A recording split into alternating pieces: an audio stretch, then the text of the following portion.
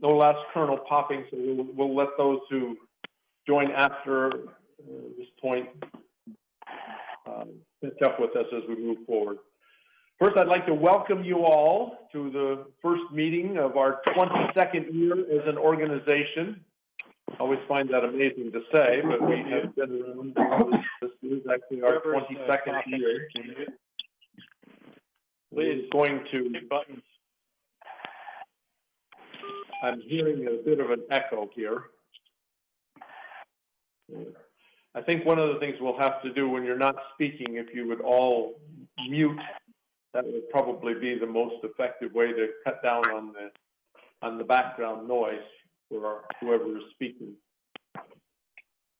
But I again find it amazing that we've been around for 22 years in doing the things that we do. Certainly it's changed over that period of time, and this by itself, this virtual meeting is a change, our first ever virtual meeting of the entire TAC, but that's part of our continuing evolution, and I think we will find a way to make this work and work very well. One of the obvious challenges that we're dealing with is in fact this coronavirus, literally the worst challenge that we've all faced in our collective lives. But it's, as a group, and I'm sure it's probably hit most of you this way, we really are critical to combating this disease and this hidden foe. And this meeting is a perfect example of that. Not only are we meeting virtually, but we are supporting the various companies that you represent, and the technologies that you've created over the years are enabling the country in a way that otherwise would not be possible to continue forward, and its economic systems to continue to work. And as I continue to be a professor as well, it has allowed the academic institutions to create the physical distancing that we aspire to do to halt or at least reduce the spread of the disease to occur while not completely stopping our educational activities. This really is impressive what we're able to do. I would also highlight telemedicine as something that we have collectively enabled, and unfortunately, perhaps I had the opportunity to experience small matter compared to others, but it actually works pretty well. And the ability to share information and take pictures and text and have conversations with physicians and do so efficiently is a very good part of what we are enabling. So kudos to each of you for what you have historically done and what you're doing right now. Somewhat amazingly to me, these are some of the busiest days that I have personally had, and I suspect some of you are finding this as well. Well, much of the world is coming to a screeching halt, and people sitting at home, as people describe it, watching movies and doing other things that are not entirely productive. We are and should be out there and continuing and contributing in significant ways to the battle that's going on, because that's what we do, that's what we're made for, that's what we have been doing for an extended period of time.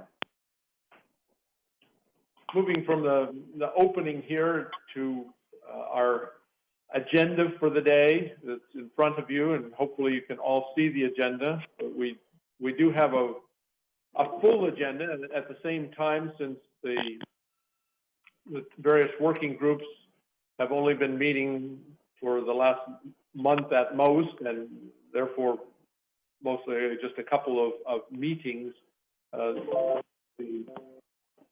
I am believing that we will probably get through the full PAC agenda at a time quicker than the 3 p.m. that's marked on the agenda.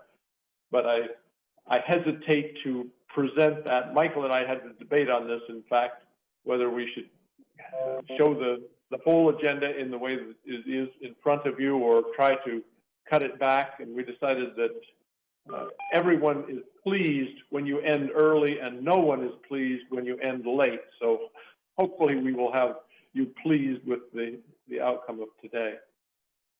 We do have two special presentations at the start, and this being the start of a year, we thought it would be particularly important to have a couple of reminders, but very important reminders. We have a few new members, and these will perhaps be new to you, but important reminders for others, and in some cases, even for long-term members, some new insights on how we perhaps even should have been operating, but in the record retention policy that we have and the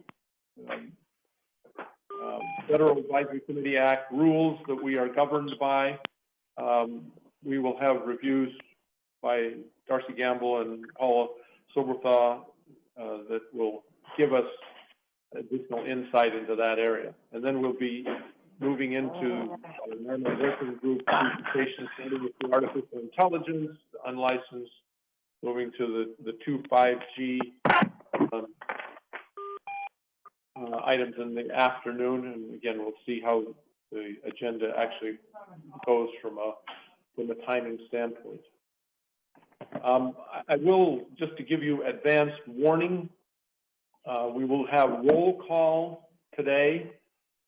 Michael will be doing the roll call, and to make that a little more interesting than just giving a here or some innocuous indication of your presence, what I'd like you to do is to respond to Michael with the time that you have been on the TAC. So this will give you some background processing to do, how many years, and I know that many of you will find that difficult, but at least give more than 5 years, or more than 10 years, whatever is appropriate, and the closest approximation that you can provide. But I think that'll be interesting to kind of note how long different ones have been involved in the TAC. We'll also be recognizing those who are new to the TAC and when we go through the roll call process. I've highlighted our own position as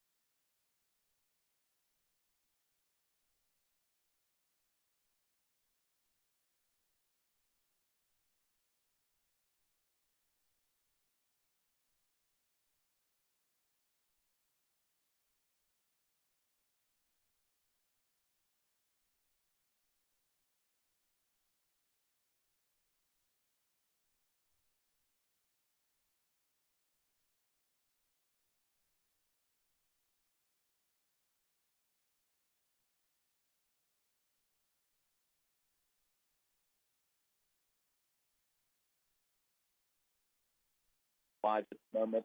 We probably know someone or two people or more people that are in each of those categories. We're all teleworking at this point, working remotely to try to combat the ill effects of the coronavirus.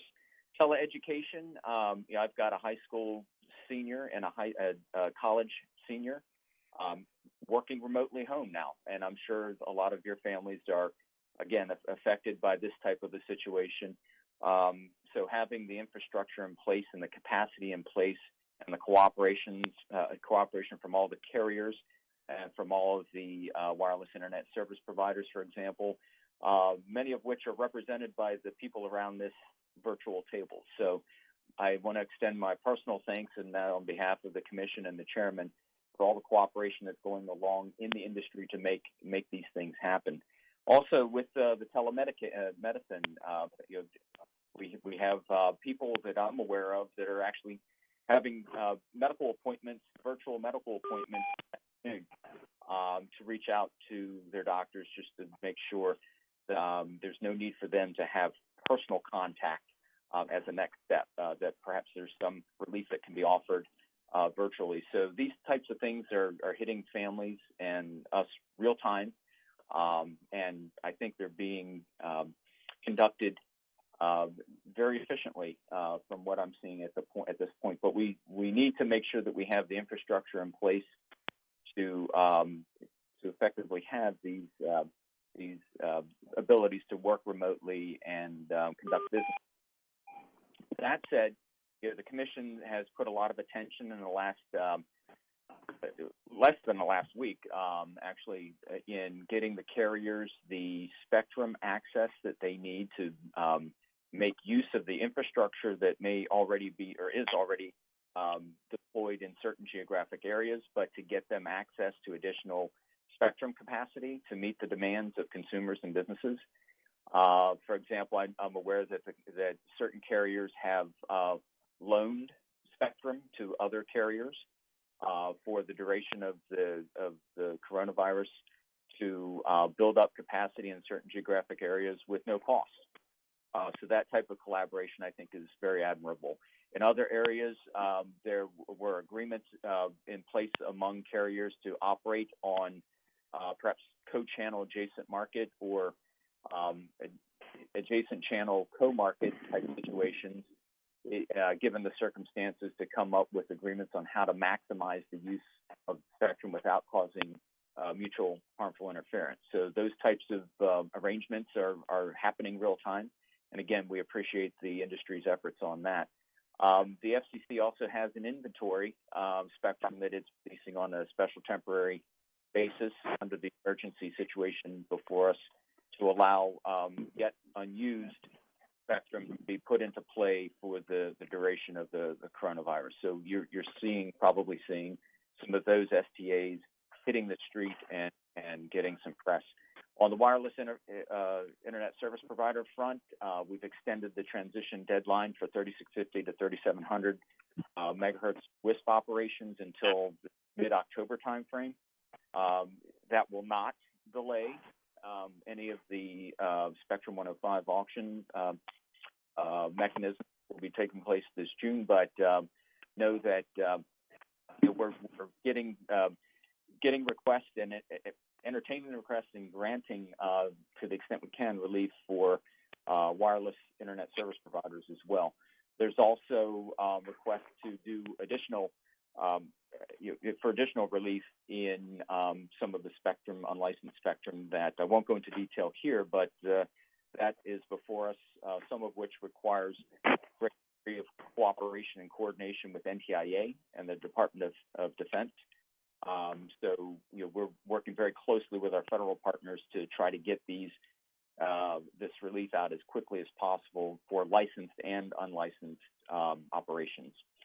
So with that, I think I'll turn it back over to Dennis, and just thank you, Dennis, for the recognition that you gave to the commission with all the work that we've been dealing with and all the requests that we've been dealing with for emergency relief over the past week or so.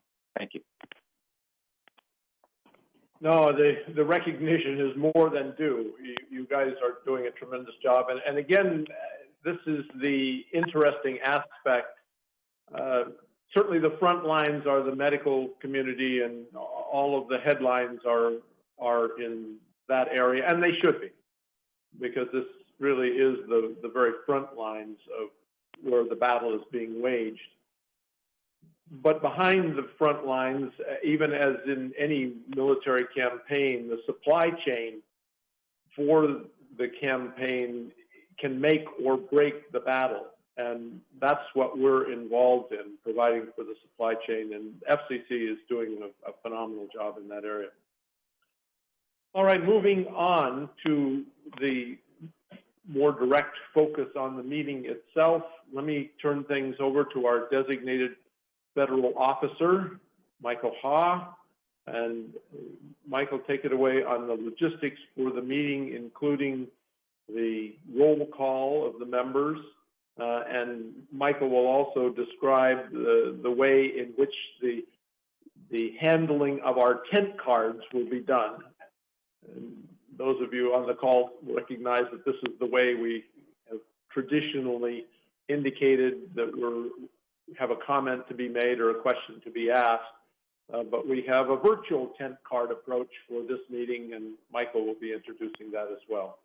So Michael, please take it away. Yeah. Hey, thank you, Dennis. Good morning, everyone. So first of all, let's just make sure that we mute the phones if you're not speaking. I know it's sometimes we forget things, but it does make a huge difference, especially when you have like 50 people on the line. And the second, as Dennis mentioned, you should have a little chat box on the right side of your screen, or however you configure your screen, and just type your name and to everybody, so that Dennis and everybody else will see who is on the queue to ask a question. So that's our way of emulating raising the 10 card. Of course, if you have a video camera on, you can do a Macarena dance or some other favorite dance moves, and I'm sure Dennis will pull you up right on top of the stack. So feel free. Let's start with the roll call.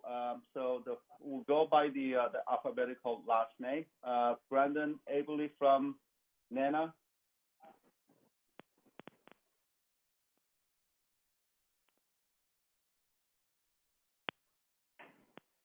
Shahid Ahmed from Equity. Hi, Michael. This is Shahid. Hopefully you can hear me. I've been at the TAC for, I think, over 5 years.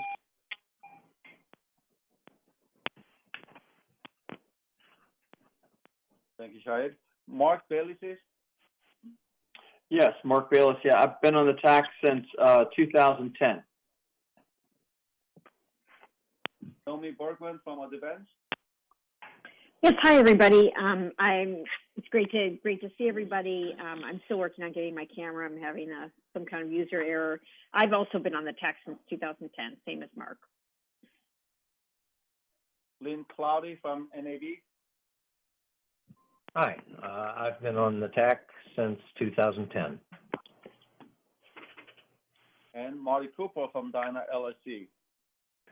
Hi, I've been on TAC roughly 10 years. Brian Daly representing AT&T.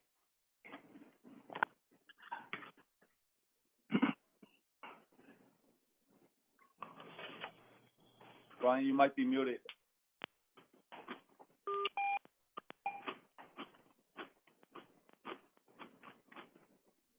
Yeah, I know Brian is logged in.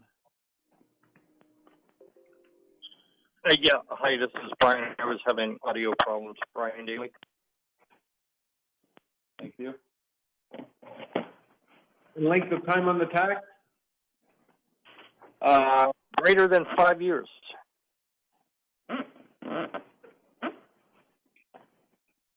And Satish Vanessakuran from Keysight Technologies. Hi, Michael. Good morning. Satish here from California today. I've been on the TAC for less than a year.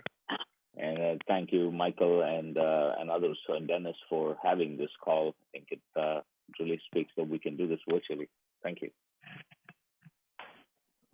Adam Drobot from Open Tech Works. Okay, I'm here, and again, thank you for putting this together, and I've been on the TAC for a little over 10 years. And Jeff Forster from Intel Corporation.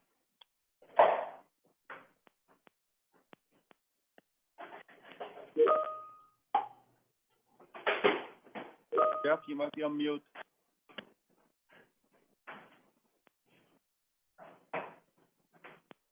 And maybe he will join us a little later. Steve Green from Liberty Global. Hi, Michael. Good to be here. I've been on the TAC more than 20 years. Thank you, Dick. Lisa Guest from Cradle Point. Hi, glad to be here and see everyone. I've been on the TAC. This is my 6th year. And Russ Jurek from Cisco. Hi, this is Russ Jurek. I didn't know there was going to be a quiz this morning. I think it's about 10 years. Thank you. Remember, I'm a professor. You got to be aware of these things. Yeah, these pop-up quizzes. And Dale Hatfield. Yes.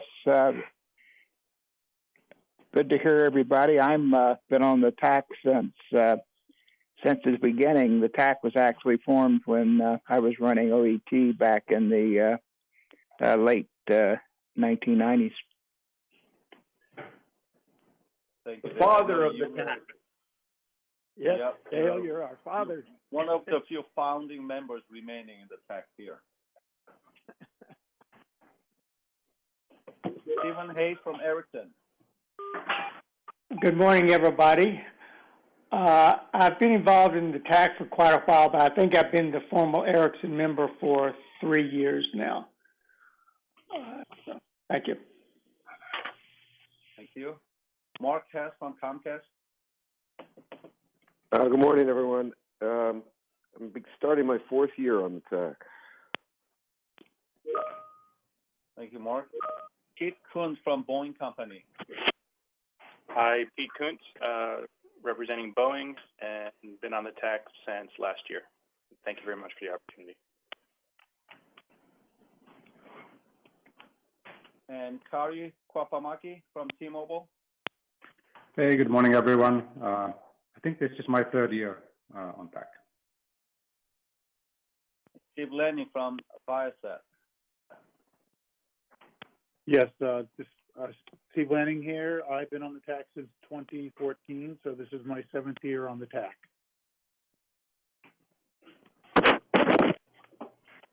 Greg Lappin from ARRL, American Radio Relay League. Good morning. I've been on the TAC since 2001, so that is coming up on 19 years. Great. And Kevin Leddy from Charter. Good morning, everybody. This is my 4th year. I joined in 2017. Thank you. And Brian Mark Walter from Consumer Technology Association. Thank you. Good morning. I've been on the TAC for 10 years now. Thank you. And Milo Medin from Google.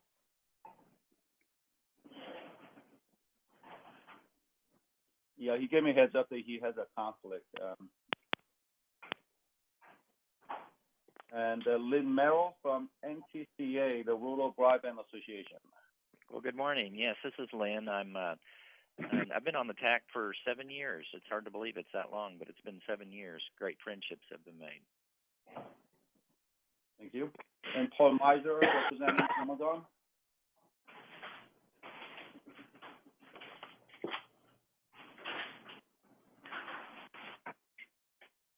Okay, Jack Gizelski from Qualcomm. Yes, hi everyone. I joined this esteemed group in 2011. It's been a lot of fun. Thanks. And Michael Nawaki from ATIS, Alliance for Telecommunications Industry Solutions. Yes, good morning. I've been on TAC for just 1 year. Art Nichols from Windstream.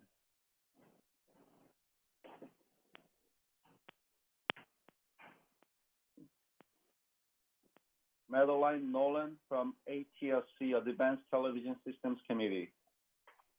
This is Madeline. I've been on the TAC for just under a year. Thank you. Ted Rappaport from NYU Wireless.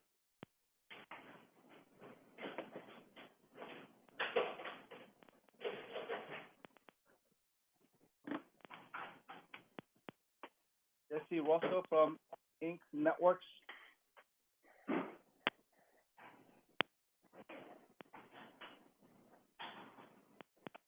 Travis Russell from Oracle.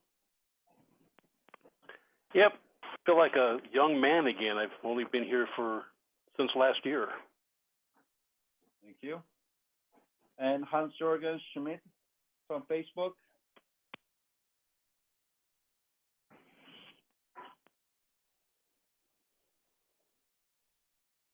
Marvin Serbu, Special Government Employee. Yes, this is Marvin Serbu, and I've been on the TAC since 1999. Wow. And Kevin Sparks from Nokia Bell Labs. Hi, this is Kevin Sparks from Nokia, and compared to Marvin, relatively newcomer. I started on the TAC in 2012. And Vince Spina from Juniper.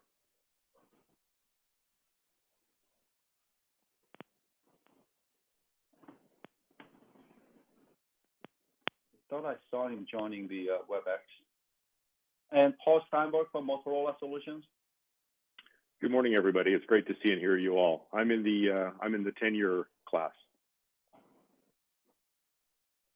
And Tom Sawanabori from CTIA. Hi, good morning. Tom Sawanabori here. Still inside my first year, so I guess I'm a rookie. David Cannonhouse from VMware.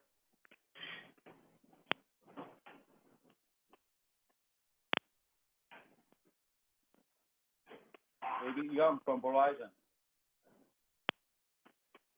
Hi, I've been on the TAC for about 6 years, I believe. And this is David Tennenhouse.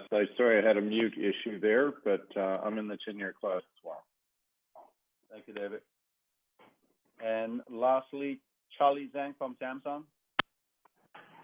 Hi, good morning, everyone. I have been on the TAC since 2016. Thank you. So it looks like we have a very good attendance for this meeting. And also, just want to make sure that we have a Doris Gamble and Paula Sibathau on the phone with us. I'm here. Yes, this is. Great. So, Dennis, any other questions before we jump to the presentation on the record retention policy and the FACA rules? No, I just want to observe. I'm glad that I put this pop quiz into the scheme of things. It was really terrific to hear the range of times.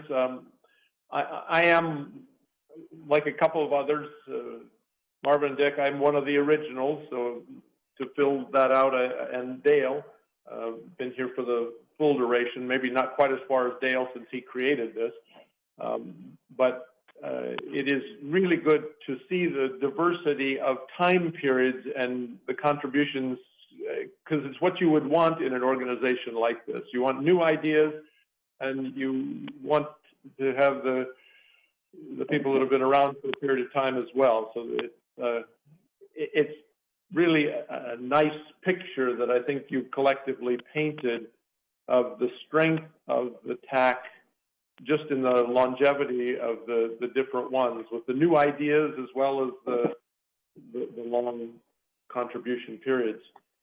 The only other observation I'd like to make, I again welcome the TAC members. I think this may be the largest attendance we've ever had at a TAC meeting, which speaks very, very highly to the value of virtual meetings.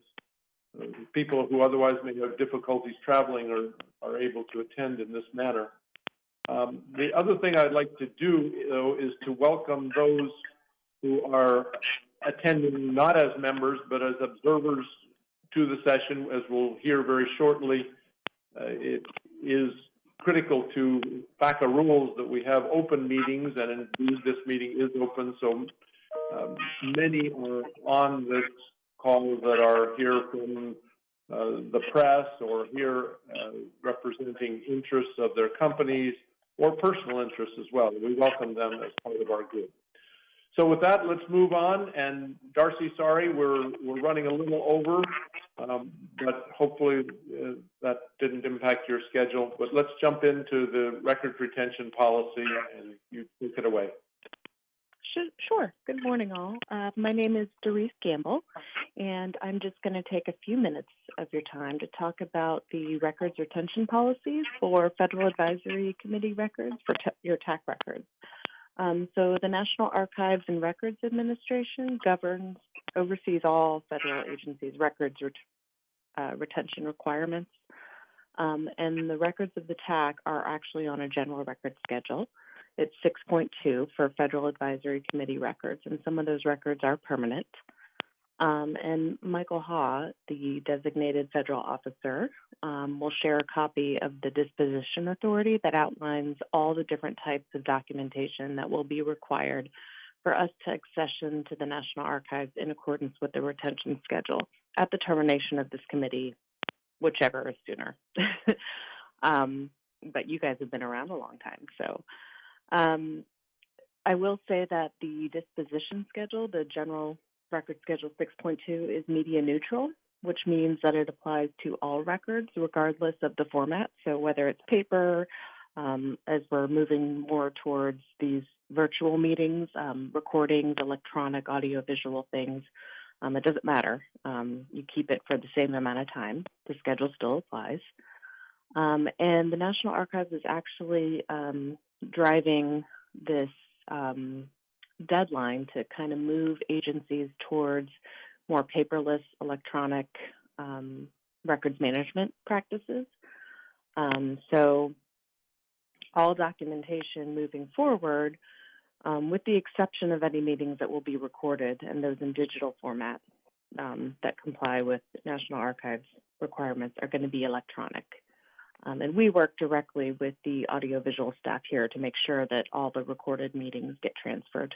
So what does that mean to all of you?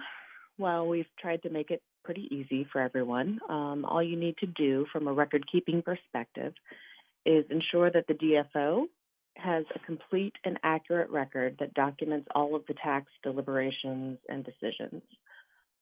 So with that regard, every committee member needs to copy the DFO on emails that pertain to the business of the TAC or working groups, and also we've set up a TAC mailbox, and I'll talk with Michael offline to make sure that everyone is able to access that.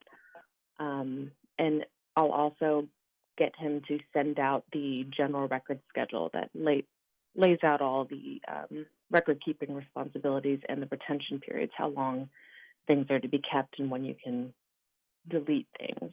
And again, that's really all we require of you. And if you have any questions, feel free to reach out to myself or Michael Hall. And hopefully we can capture all the good work that you guys do. Do you have any questions for me?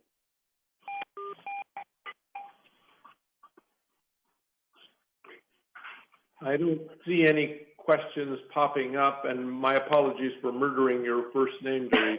It's quite all right. No problem. Well, thank you all. So thank you, and thank you for making the compliance with this policy so easy. It really is important to us, and we appreciate what you're doing. Absolutely, no problem. Well, if there's nothing else from me, I'll turn it over to Paula. Okay. Thanks, everyone. Well, especially those of you who've been here 10 years, you've heard this very brief presentation I'm going to give, but hopefully it'll refresh recollections and be somewhat useful to people who haven't heard this before. So, as everyone has mentioned, basically we're governed by the Federal Advisory Committee Act, and which is pretty general in its contours. It's guided by the principles of openness, a diverse, balanced membership, and accountability to the public.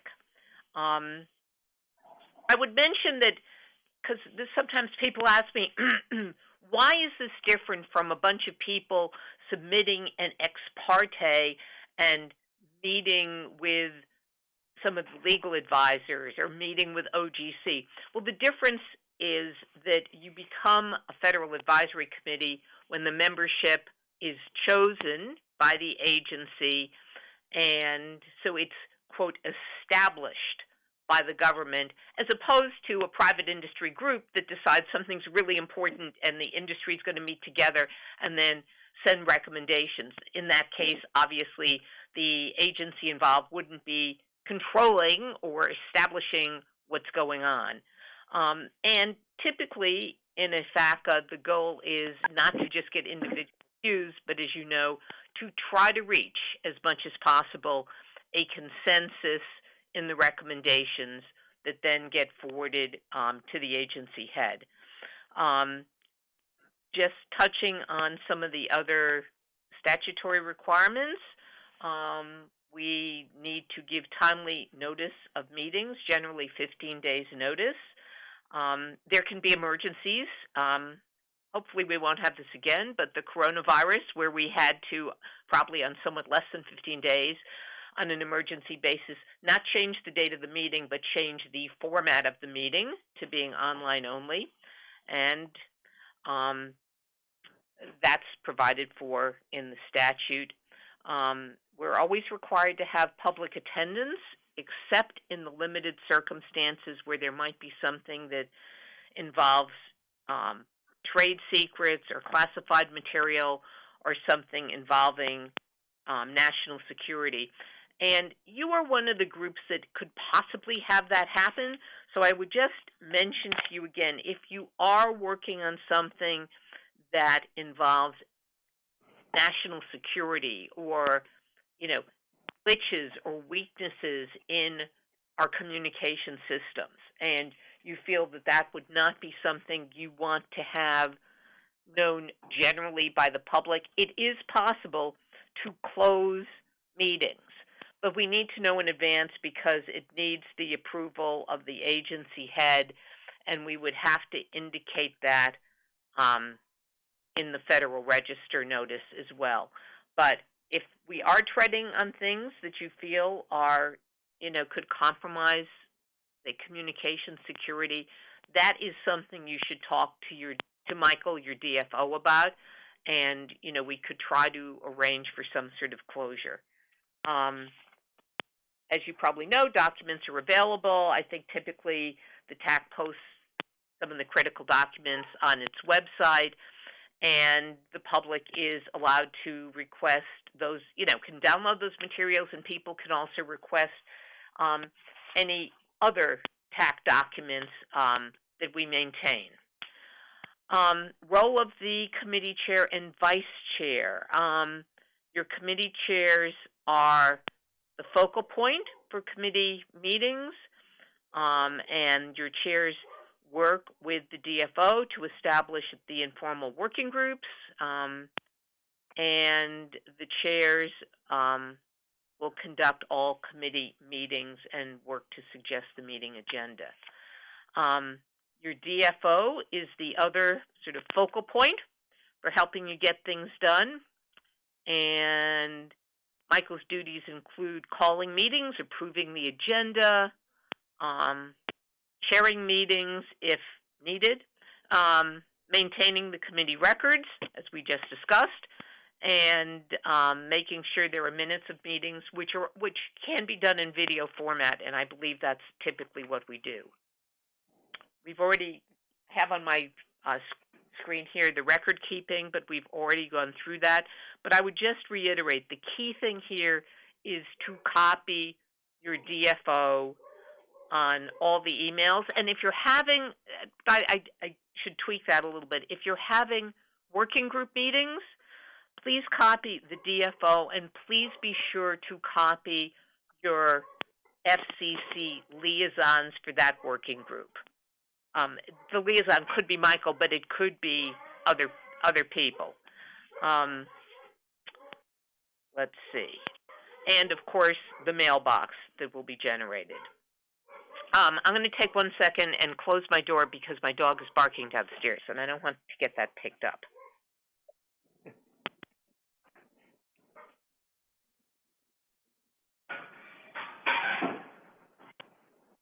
She was fed. I don't know why she was barking. Informal working groups. So the key distinction here, and this is something especially the new members may not totally understand, is so the informal working groups are sort of the working bees of the TAC, and you can gather information, you would develop drafts and reports and, other recommendations. But the key thing here is those recommendations don't go directly to the commissioners or to the FCC bureaus or anything like that. Once you get those recommendations, they go to the full TAC, to all the people on this call. And the reason that's really important is that the working groups can meet privately. Now, if you want to meet and open things up to the public, you can, and then things would have to be announced, but typically people find that a little bit cumbersome. So if you are meeting in closed meetings, it's really, really important that you remember that things then get sent directly to the parent TAC, and it's the parent TAC that has the deliberations on the things that they receive from the working group, and that the parent TAC votes things up, votes things down, has a full debate, creates modifications of the recommendations, might even send things back to the working group to, reconsider, that type of thing.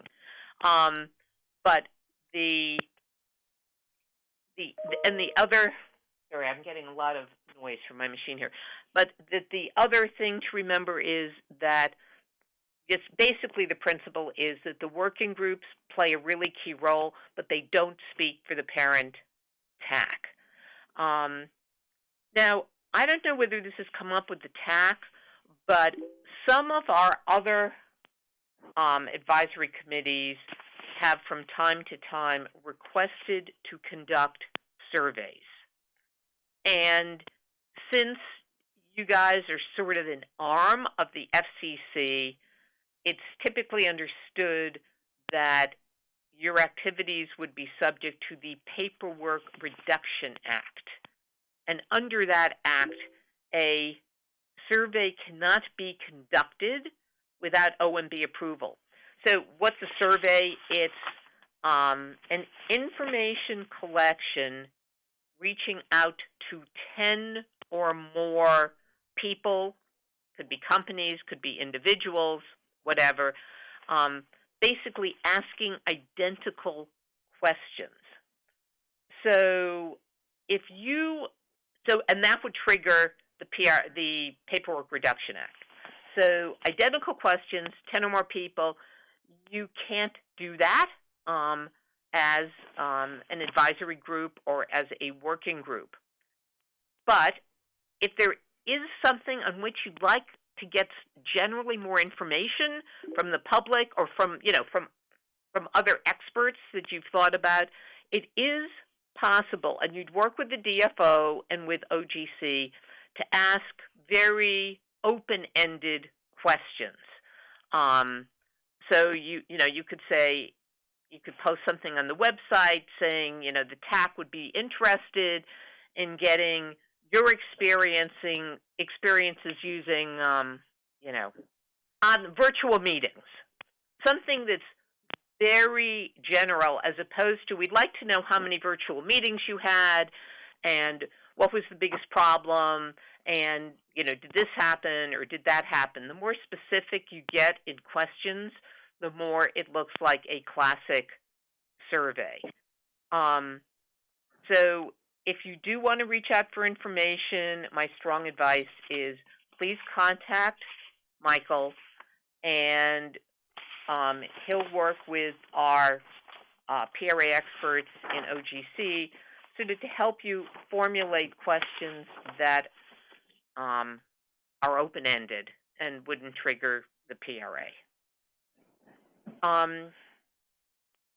Another point here is the application of the ex parte rules.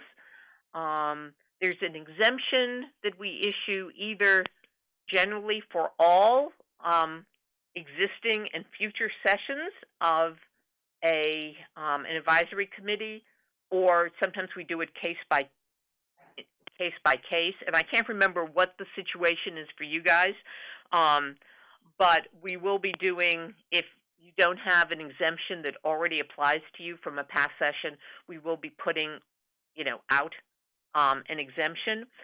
And the exemption covers all presentations and conversations between TAC members and FCC decision makers, whether that's staff who are working on a pending item, some NPRM that's open, or meetings on behalf of the TAC with commission members. But the key distinction here is that the exemption covers your presentations and activities on behalf of the TAC.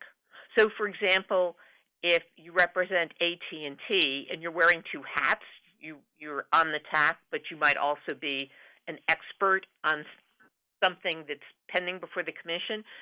If you're going to meet with the staff or the commission legal advisors about that item, and you're representing the views of the TAC and presenting the views of the TAC through in the TAC recommendations, you don't have to file an ex parte. If we're going to rely on that presentation, staff will file the ex parte at some point for you, and it'll be acknowledged. But if you're meeting on that same issue, using my example, to represent just the views of AT&T, the exemption would not apply. So it doesn't apply to the person, it applies to the person when conducting TAC activities. So that's about it. The last point that I've mentioned before is occasionally, because you folks tend to be well-versed in your field and the topics are current, occasionally people write opinion pieces. Sometimes people are interviewed by the media, whatever. And it's fine if you want to identify yourself as saying, I'm very conversant with these issues. In fact, I serve on the TAC. But then when you move along to discuss your views, you really need to clarify. But for purposes of this opinion piece or for purposes of this presentation or this interview, whatever, in this case, I'm just providing my individual views as an expert, as a member of whatever organization you are, et cetera, because we have had situations where people gave their individual views and at the end signed the opinion piece, Joe Smith, chairman of the working group of the, X, Y, and Z working group of the TAC, and it gave the impression that it was the TAC's formal opinion when it was something that might have been controversial and hadn't even been voted on by the TAC or, whatever advisory committee it was, et cetera, et cetera. So as long as you clarify that, we're not trying to stifle First Amendment rights or anything like that, but just to clarify that you're speaking on behalf of yourself or your company. So that pretty much covers everything, but do you folks have any questions?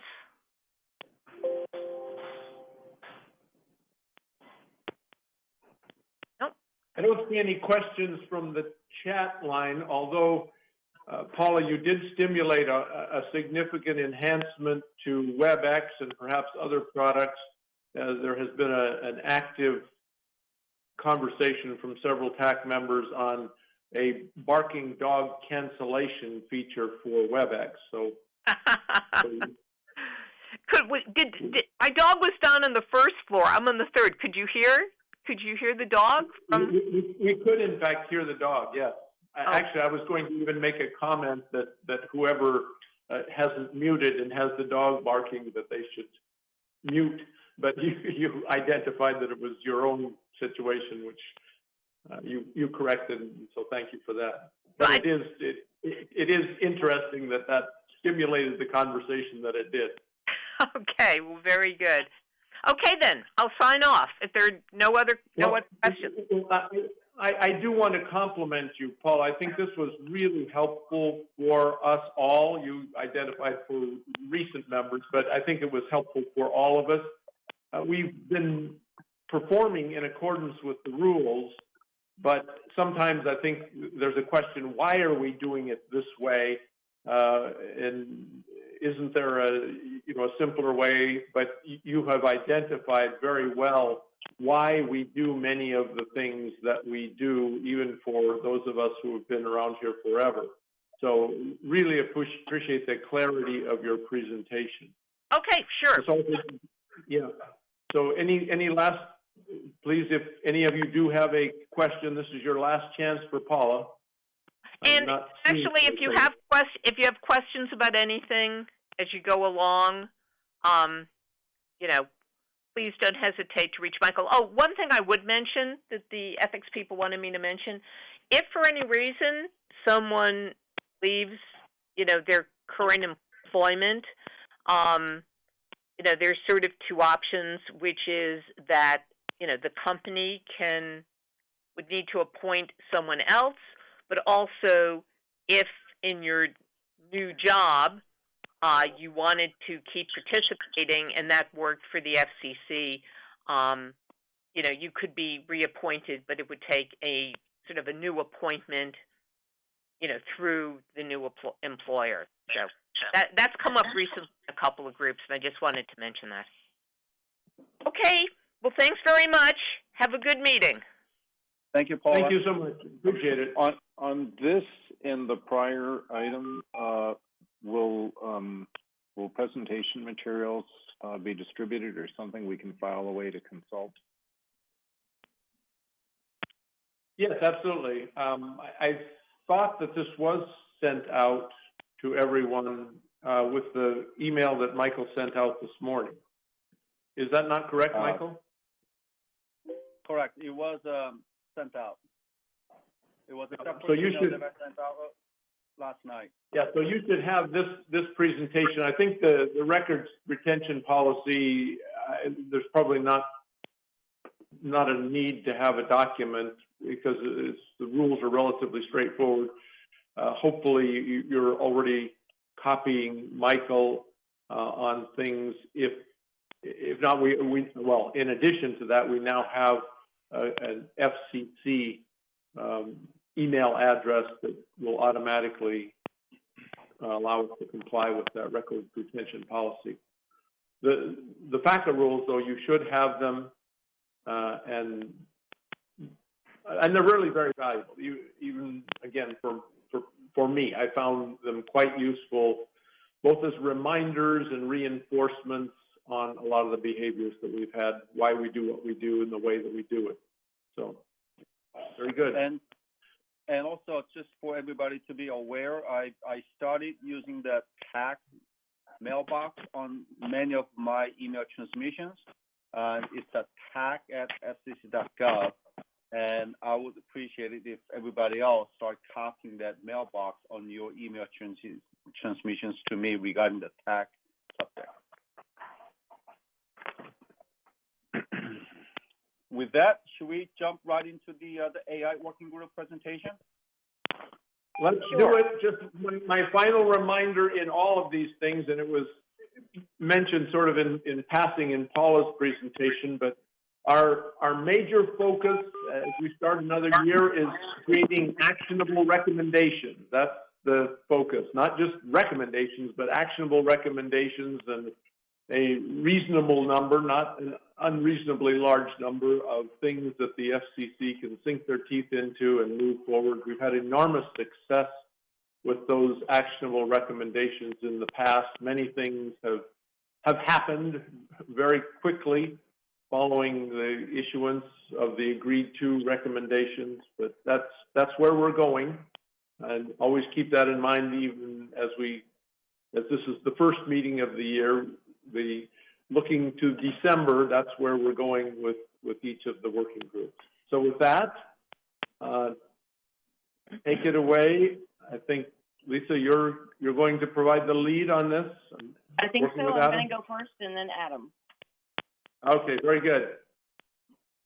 All right. So as you said, I think we've only had 2 meetings so far. So we're just in our nascent stages of this. So our presentation may go fairly quickly.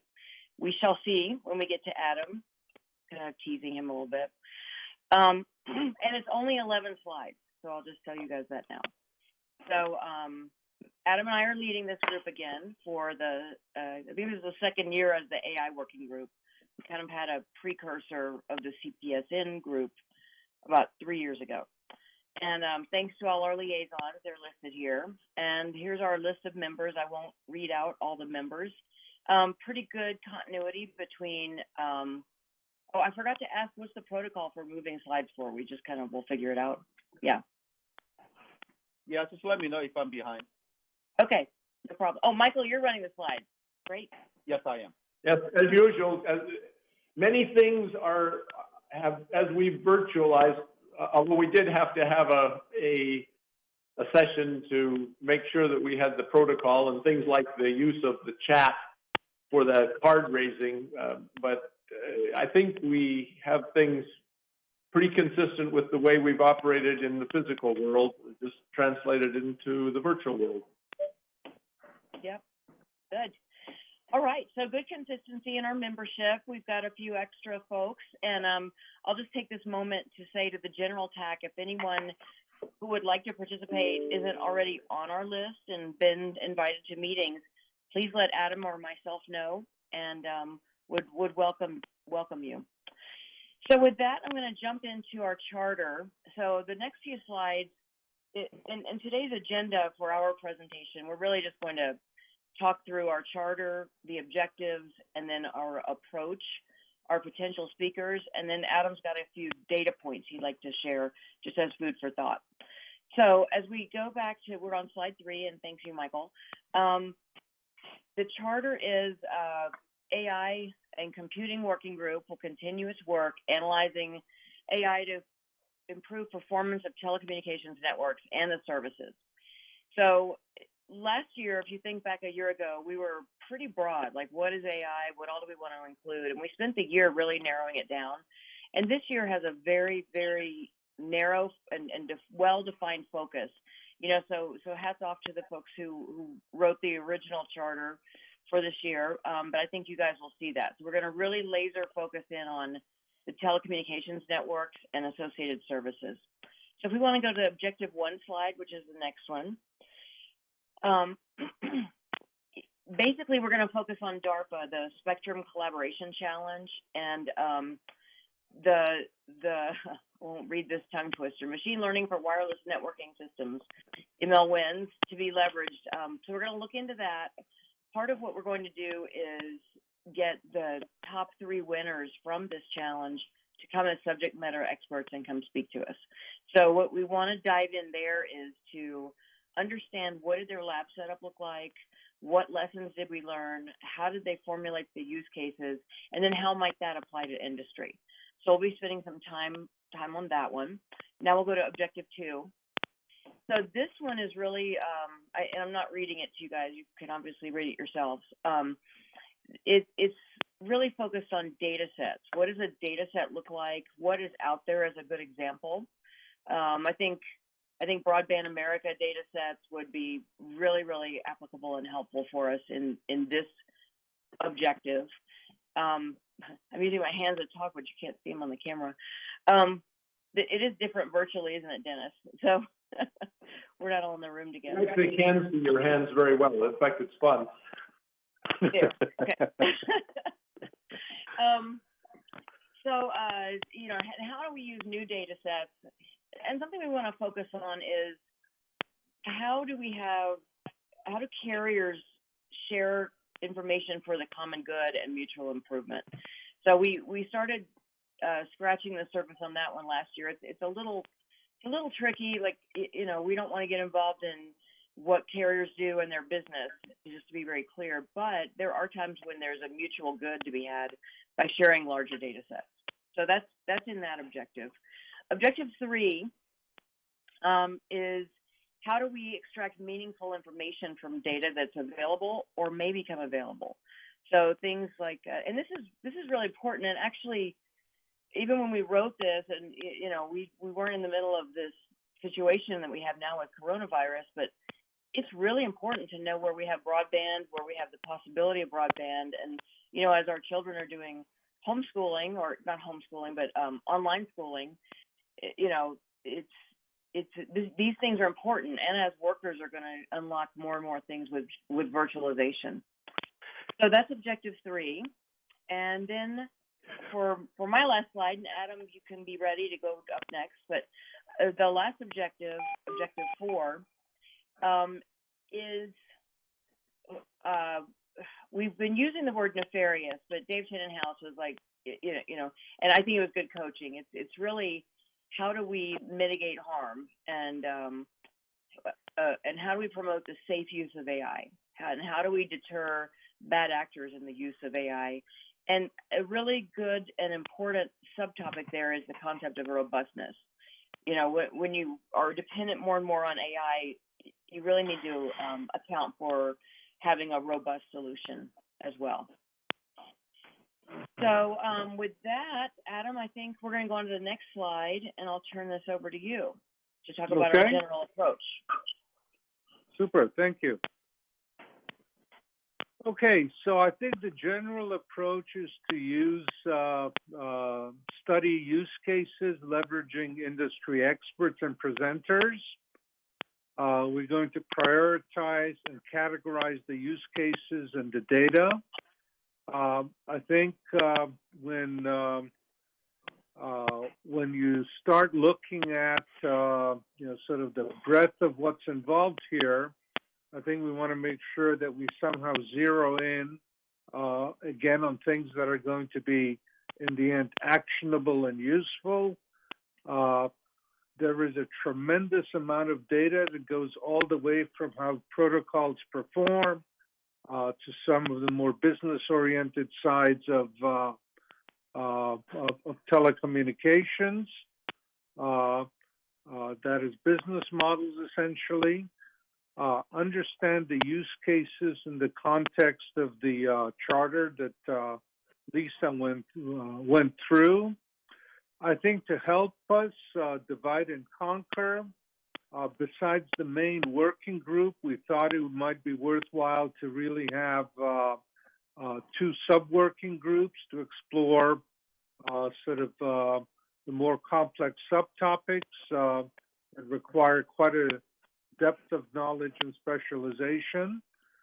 So the first of those we would like to call the safe use of AI. Again, I would say we are at a stage where we've only had 2 meetings. But in terms of eventual recommendations to the FCC, I think it might be worthwhile reaching out. I think, Michael, with your help, to other parts of the FCC, for example, the CISRIC, which worries about reliability. For us, safe use of AI, if AI algorithms are included in network offerings and deeply embedded, do they create the right kind of environment that gives the nation a robust network? So I think both reaching out outside, but also inside the FCC to zero in on this. I think the second sub-working group is to see whether one can exploit federally funded research. I would say the NSF and DARPA programs that Lisa read out are a good example of that. There may be a few things beyond that. And then when we start looking at the work products for the working group, one of them is actionable recommendations, obviously, by the time we hit December. I think this year we're going to take a look at producing some white papers and really sort of zero in on creating a good picture of how is AI used in telecoms at a fairly specific and granular level.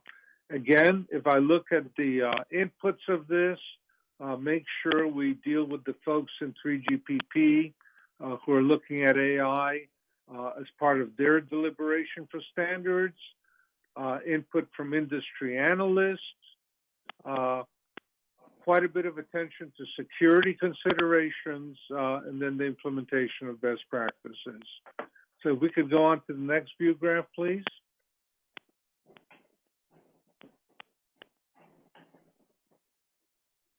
Okay, and I think the main line in this is, besides the deliberations of the working group itself, is to reach out to experts that are out there. We welcome, I would say, any additional inputs from the rest of the TAC and who you think we ought to be talking to. And I would say besides targeted speakers, we've had some preliminary discussion about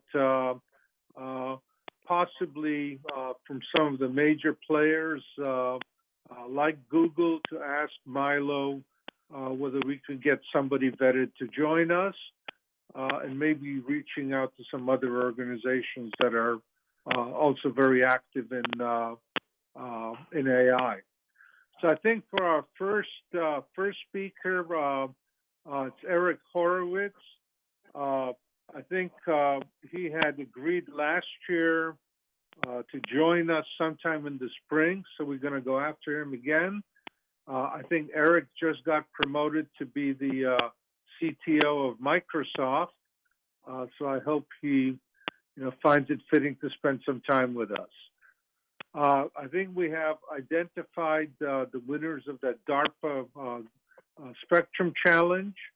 It's the folks from the University of Florida, Vanderbilt, and an interesting team, I would say mostly based in Atlanta.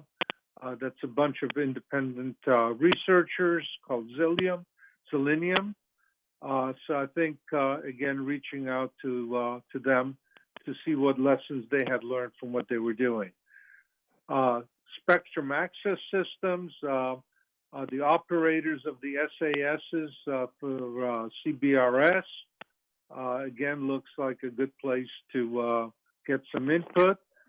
Rebecca Dorch from Institute for Telecommunication Science, I think out in Boulder, again, she's done quite a bit in this. Look at the legal aspects of AI and machine learning. There is quite a bit of data that Casey Claffey at UCSD has collected from mapping the internet. So I think getting some input on the experience there, what works, what doesn't, how good is the data, what to look out for. I think that's important. And then I think several of us on the TAC have been reading the book called Rebooting AI. And it sort of goes along with a few of the things that we have already sort of started looking at, because AI is a fairly wide field. There are many techniques, different methods there. And the question is, how do you end up with something that's safe and utilitarian in nature?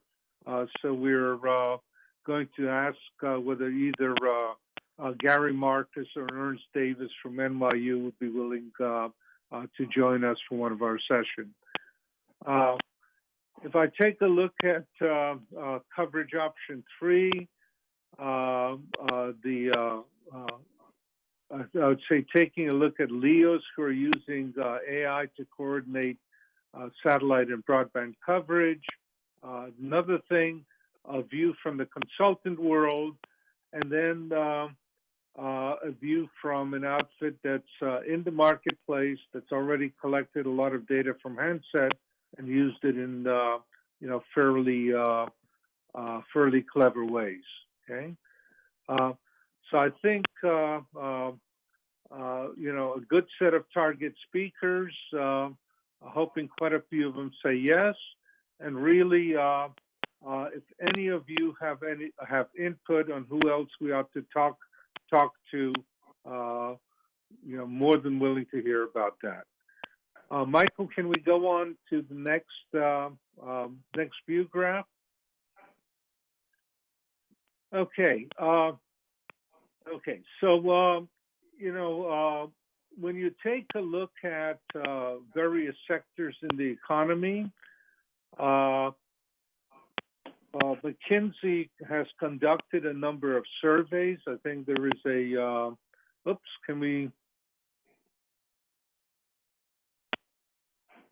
Michael, can you go back to the other one, please? Go to slide 11, please. Isn't this the one that you were looking at? No, the other one. We'll come back to this one last, okay? Did you mean this one then? No, next one. Last one more. Okay, let's do that one, then we'll go back one. I think from, I'm not going to go through the details on this, but just want to make a point that telecommunications and sort of the high-tech industry are really looked on as the leading sectors employing AI. And if you start taking a hard look at what is actually being deployed, there has been a tradition coming out of this sector of using AI sort of up and down the stack, essentially. Okay, and so in doing our job for this particular term, I think it's also important to take a look at what has already been done, who's doing what, where it's working well, and where it's, I would say, sort of causing problems for the industry, essentially, and potentially for the FCC. If we could go back one view graph to the hype curve. Good, we're there. Okay. So again, this is a guide, but to end up at actionable recommendations, there are obviously some long-term things one has to think about. But if you look at sort of the time window in which the FCC has an impact, things that are somewhat shorter term, ready for prime time, are important. So when you take a look at artificial intelligence and various aspects of it, it's fairly broad and fairly complex. So you have everything from what you could call narrow AI, more analytical-like models, all the way to pure machine learning of various sorts. And again, we think of this as a little bit of a guide that will help us filter what we should and shouldn't concentrate on, okay? And I think with that, Lisa and I are ready for questions.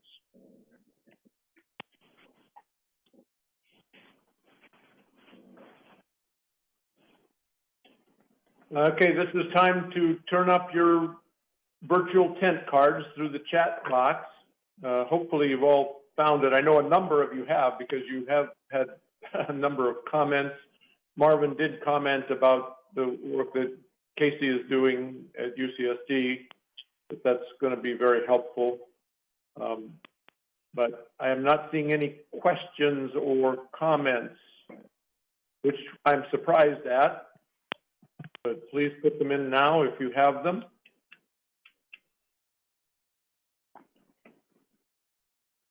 I didn't hear the dog barking on this one. Yeah, no dog barking.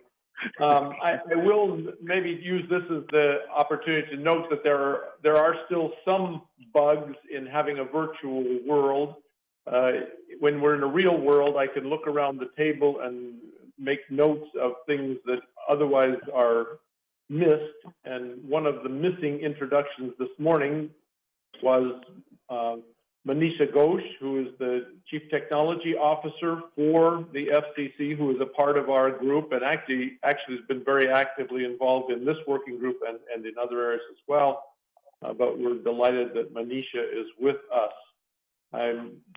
Hopefully there aren't others that somehow missed. And again, I apologize, Manisha, for not recognizing you and your support of the TAC and your engagement with us. No Welcome. problem, Dennis. Thanks for the introduction. I'm very happy to be part of this group, and I'm probably the one who's been on it for the least amount of time among all the attendees. Okay, good. Okay, so I think we bought you back some time, Dennis. Yes, no, I will admit that I am surprised that there are no questions. It would seem I think I saw one. I think I saw a question from Paul Steinberg. Before we give you back the floor, we should probably answer it. So, are we contemplating location data in the response? Oh, there we go. Thank you. Yes, definitely. Adam, that might have been the shortest answer I've ever heard from you. Thank you. Yeah, I was going to add to it, but it's just a yes. Do you want to elaborate on your question a little bit, Paul? No, just that location data is obviously very, very useful, but it's also very fundamental from a personal privacy point of view. Oh yeah. So there's been a lot go on there, but obviously knowing the location of the wireless transmitter, receiver, or any other service that's being invoked is incredibly useful to optimize. But I know it's a very tricky line to step across as well. Yeah. Well, yeah. In fact, I will connect it to the coronavirus. There have been those who have suggested that people who have coronavirus self-identify and turn their location services on to ensure that they don't come in contact with others. But that's a very invasive solution to a problem. So there's been considerable controversy about that proposal. Yeah, but Dennis, put it into Dennis, I would actually say that AI is useful in that context, and there are methods for obfuscating the data and still having effective notifications. The preservation of privacy is a big issue in this area. Right. Yeah, because AI can right. to connect the dots in a lot of different ways. And Paul, you might. Paul has just provided us with a website to check out. Paul, do you want to elaborate on what that is that you've sent us? Yeah, just briefly to your point, Dennis, there's some countries, South Korea, this one's relative to Israel, have sort of, I would say, declared a little bit of martial law on user location, trying to correlate exposures as well as active cases, using the network infrastructure to actually build essentially a connectivity graph. Yep. So it's similar to what you described, just FYI. Yeah. Yep. All right, Greg, the questions are starting to flow now, as I sort of anticipated. Greg, would you like to verbally ask the question that you posted? Yes, thank you. Lisa and Adam, I don't know which of you want to handle this one, but you talked about how you're going to study misuse of AI. Are you talking about different ways that AI can be misused, or ways that AI can combat the misuse of AI? Okay, so Greg, I think we're looking at both. One is how do you end up with a set of practices that makes the use of AI safe? And the second one is, how do you combat the use of AI when applied either to nuisance or nefarious issues? Okay, thank you. I think, Pete, you have a question that is of a similar nature. Do you want to elaborate on what the question is? Yeah, I think it may have been answered by the previous response, but this is specifically looking at not necessarily just preventions or aspects or apertures of misuse of existing algorithms or methods, but the potential susceptibilities or exploitation of implemented methods. Is that sort of what you said yes to? Yes. Okay. Yeah. All right. Yeah. Thank you. And by the way, I'd say I had a fairly good discussion with David Tannenhouse. And David, you may want to add a word or two to this.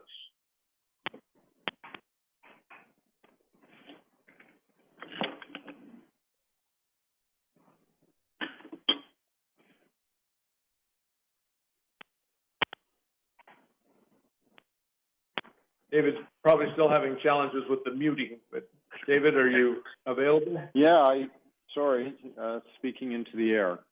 As I think we go through this, we're going to probably bucket this into a range of types of challenges, right? Places where people can essentially, use the AI or ML in ways that are not intended, or not appropriate, let's say, not considered safe. But also places where adversaries can get it to do things that were not intended. And finally, and I think this is the trickiest, is simply places where it may behave unexpectedly with negative consequences. So those are just 3 examples, but my guess is we'll come up with 3 or 4 buckets like that. Yeah, your last one is one we run into when we look at AI and ML in the space of autonomous vehicles is, the unintended behaviors or unintended or unanticipated consequences of non-deterministic systems. Yeah, I think another axis that so if you think of this as a table with rows and columns, is there's a lot of different usage models, right? One extreme, you can imagine operators that are basically doing data mining to think about how to market different products to people. So that's in some sense, telecom is very similar to other industries, finance, et cetera. But the FCC may still have,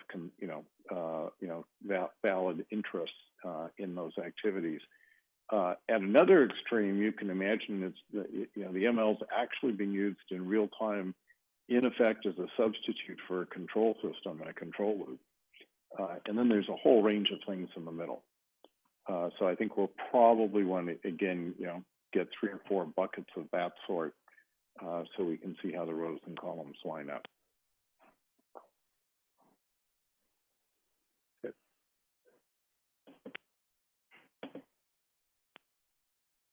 Okay. Thank you, David. All right, I think Michael has a question as well. Michael Ha?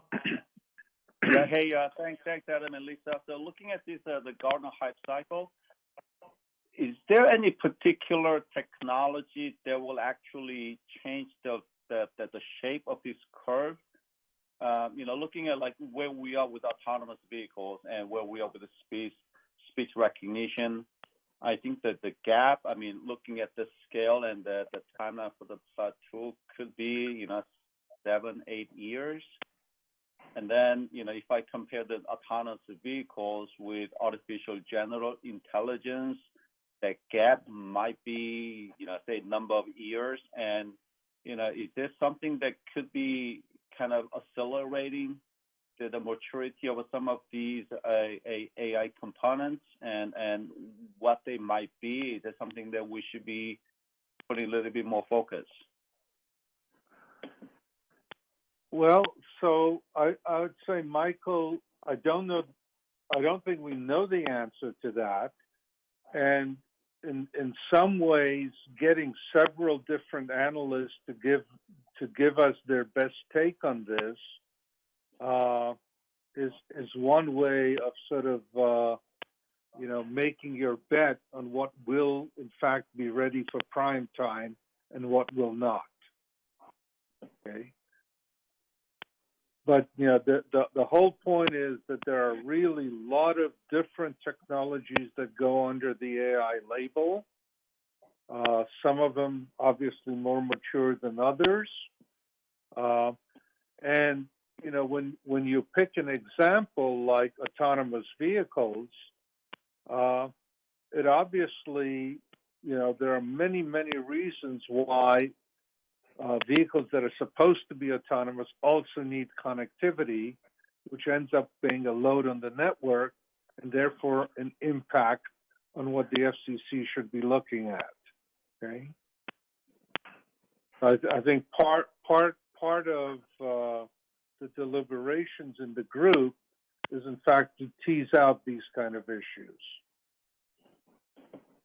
But the filter is to concentrate on things that are, in that 3 to 5 year time window. If I can chime in, I also think, we shouldn't, I think Adam's key point was the Gartner curve shows that this is many different technologies. I don't think we should necessarily take the points they put the things on curve as a Bible. That's, an opinion of one organization. If you look at things like NLP and machine vision as two examples, if you crack those open within certain applications, I would say I'm pretty confident everybody on this call is using both of those most days. And so they are actually on the upward side, on the right-hand side, right? If you look at specific applications of NLP and machine vision, conversely, very few of us are using autonomous vehicles every day. So I think as you crack some of these open, one thing I often say to people on my team is constraints are your friend. If we use the constraint of what's the relevance within certain parts of the telco, industry, I think then we may find that certain of these things are much more advanced and we can focus on those. Yeah.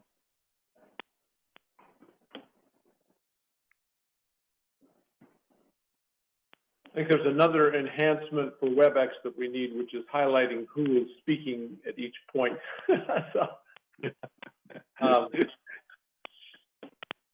So, Kevin, you had a question or comment in addition? Yeah. My question is, so the focus this year is more narrow on AI as applied to the network and services, and I think you've mentioned looking at the performance of the networks. That's kind of a real time down in the user plane of the network, and how can you optimize the performance of the network. Will you also be looking at the less real-time aspects?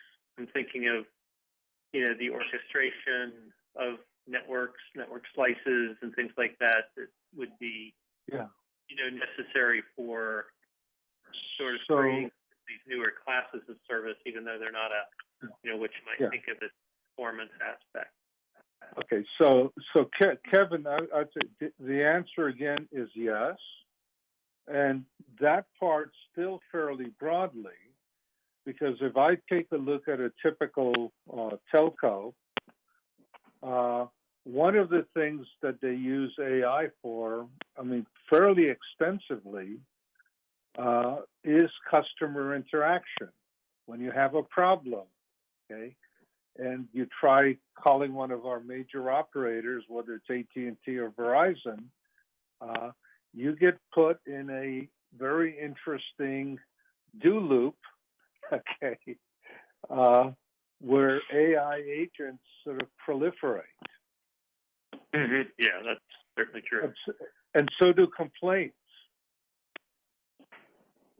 Okay, and so I would say it's all the way from there down to sort of the nitty-gritty of protocols, and large volume things like slicing, where without some kind of computational methods, I don't think you can actually handle the traffic or the optimization. Right, exactly. Yeah. Yeah. Okay. Okay, great. Thanks.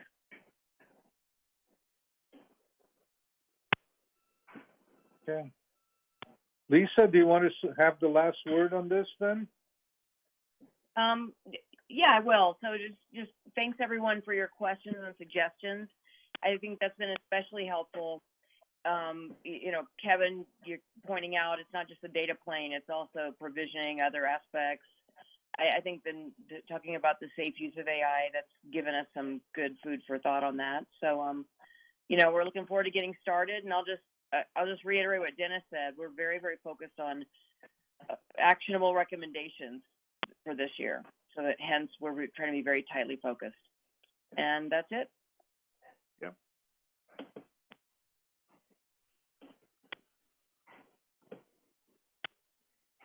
That's terrific. Thank you all. And we're actually running right about exactly on schedule. So once we get the questions started and with the new format of raising cards, I think that does work very, very well, very efficiently. So thank you all for your questions and for obviously the good work of the AI working group and its chairs. So thank you both, Lisa and Adam. Really appreciate that. Now let's move into our new working group for the year, Future of Unlicensed Operations. The other three, in one way or another, are sort of continuation. Certainly the AI has been a continuation. The 5G working groups bifurcated and have new territory to cover, so they're pseudo-new. But the real new one is this one, and Kevin and Brian, really appreciate you taking the lead on this one, and I'll let you take it away. Great. Is this microphone okay? Yes. Everybody hear me? Great. Well, thank you very much. I'll lead this off, but Brian and I will tag team it, and our presentation's only about 15, 17 minutes, so we should be well in time for lunch. This is a new topic, but it's sort of a new and improved version of an older topic. There was a TAC working group on unlicensed spectrum in 2015, and so we're sort of fast forwarding 5 years and looking at the issues again. I think it's a great topic for the TAC.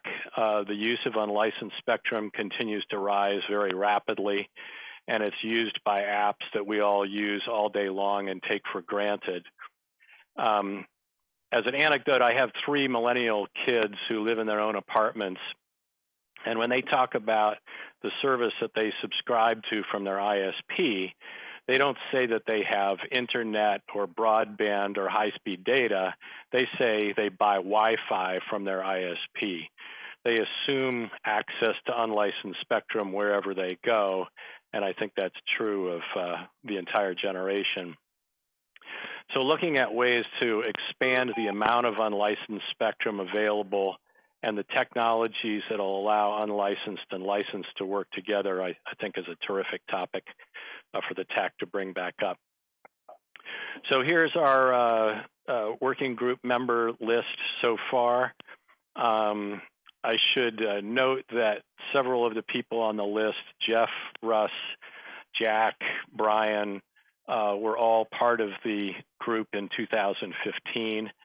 And there's several others on the TAC, Mark, Bayless, Nomi, and Adam, who are also on that group, and we may be calling on their expertise as we proceed. I should also note that Manisha has a lot of expertise in unlicensed. If you look back over the work that she's done in her career, a lot of it is focused on unlicensed. So we'll be drawing on the FCC's new CTO's expertise as much as we can as well.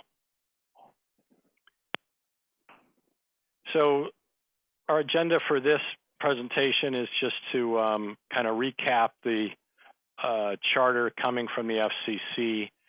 Brian will give a brief review of what the previous TAC working group found in 2015 and what it recommended, and then I'll walk through the topics in a little bit more detail. So let's go to the charter. There's a bit of a lag in what I'm seeing from the WebEx, so I'm just going to keep talking here. But the charter is focusing on 4 questions. The Commission wants to understand both the pathways for continued evolution of unlicensed as we know it today and where it can go in the future. What are the potential modifications in current operations, and then what can be done to enable new services and applications. And to that end, we'll look at 4 topics. How unlicensed operations continue to complement and compete with licensed operations, how we can improve the user experience and potentially have unlicensed operations become more competitive with licensed, which is a somewhat dicey topic, but we'll get into that. Third is, what are the new services and novel applications that are emerging that will use unlicensed? And should the Commission reevaluate some of its regulations to promote the development of those novel applications? And then finally, what are the technical improvements that can be made so that licensed and unlicensed can work together better with a special focus on personal radars? And we'll get more into this. So before I get into more of this year's detail, why don't I let Brian take a minute and review what the group found and recommended in 2015. Thanks, Kevin. Can you hear me? Yeah. Okay, very good. And I'm doing this knowing that Mark Bayless is participating and led the group. So there was a group working group of the TAC in 2015 who that looked at similar topics, and I think it's a great basis for us to work from. Of course, they observed the tremendous growth in the use of unlicensed. And we're pretty far into the smartphone era, but we were definitely seeing that combination of licensed and unlicensed kind of offloading, and now what Kevin referenced that so many people just expect to be present. There's general agreement on a few things. One is that more unlicensed spectrum is needed. There was an observation that 902 to 928 and 2.4 gigahertz are arguably oversubscribed. 5 gigahertz, kind of at that cusp, and so maybe if we did that same discussion today, we'd probably observe that 5 is now heavily loaded. They did note that this whole notion of the way unlicensed work, the light touch regulation worked and is preferred. And they made a few recommendations. One is no particular rule changes suggested for Part 15. So this idea that devices cannot cause interference and must tolerate interference seems to have worked. That we can rely on the industry standards bodies. That method seems to have worked also. The industry has worked to solve problems in this kind of public park that we talk about for unlicensed. A couple of other things were this was pre-discussion of opening up 6 gigahertz to unlicensed, but there was an observation I think still very much holds true that we'd like to see some additional unlicensed between 60 and 57. So that has come up even in our working group. And of course now there's a proceeding we'll stay out of, but there's discussion on that. And then looking above 64 gigahertz, So I think the last thing is that we could consider, and this theme will continue in our working group, but that we can consider rules to improve spectrum efficiency.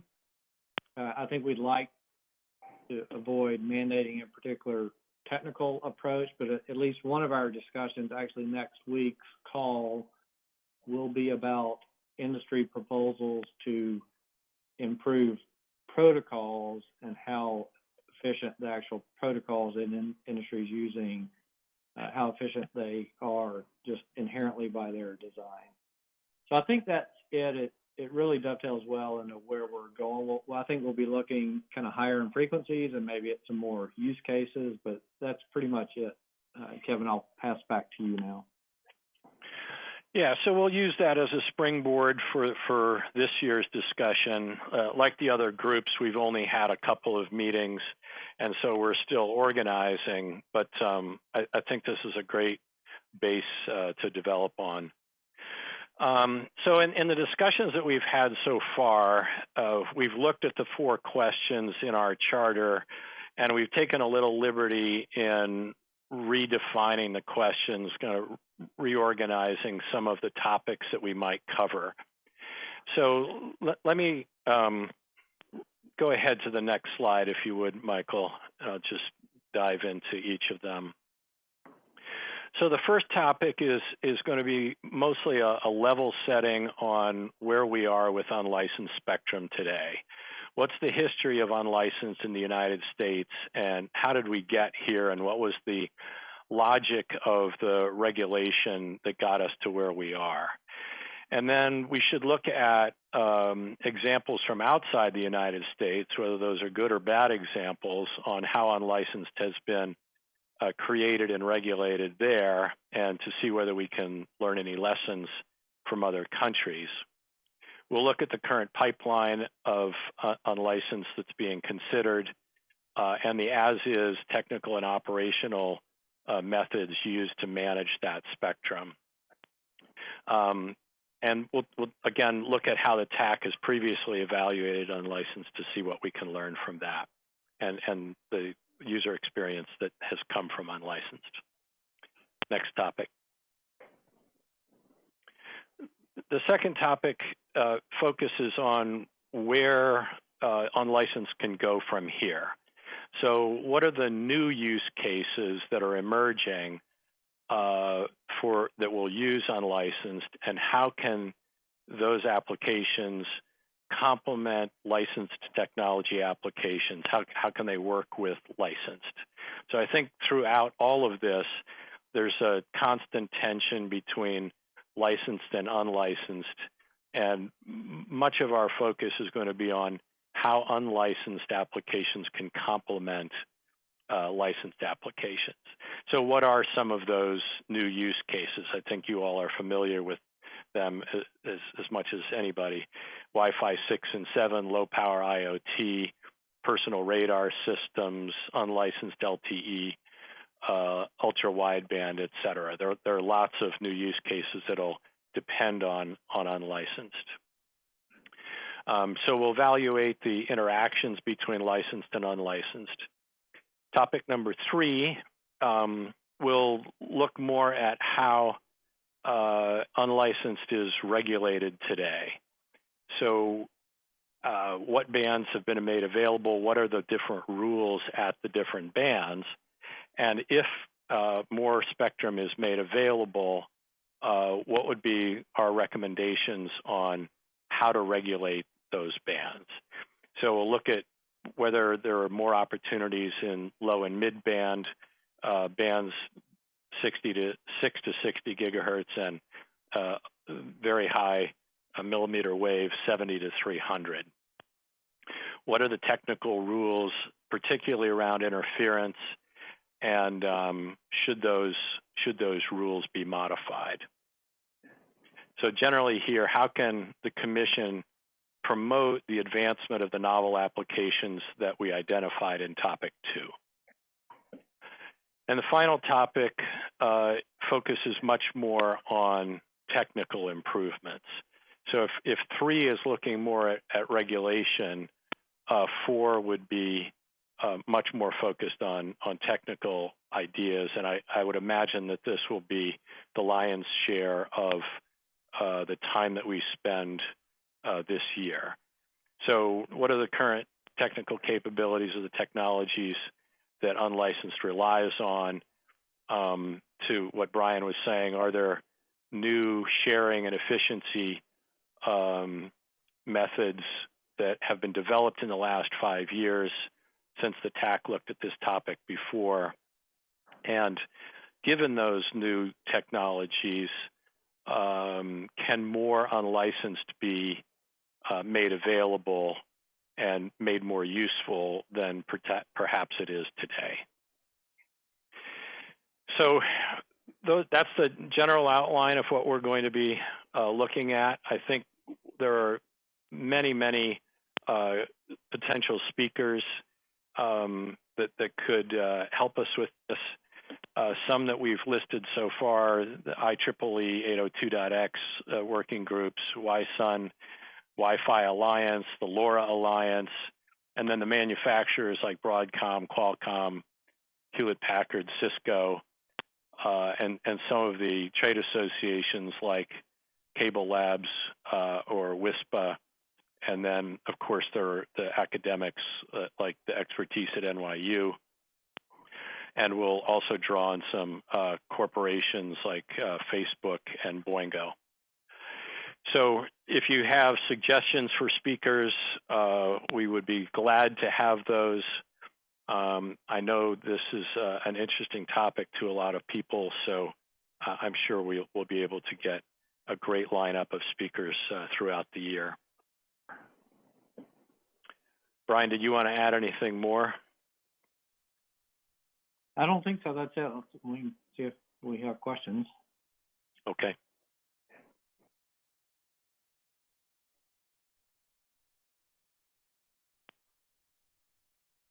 Okay, time to post your questions for the team.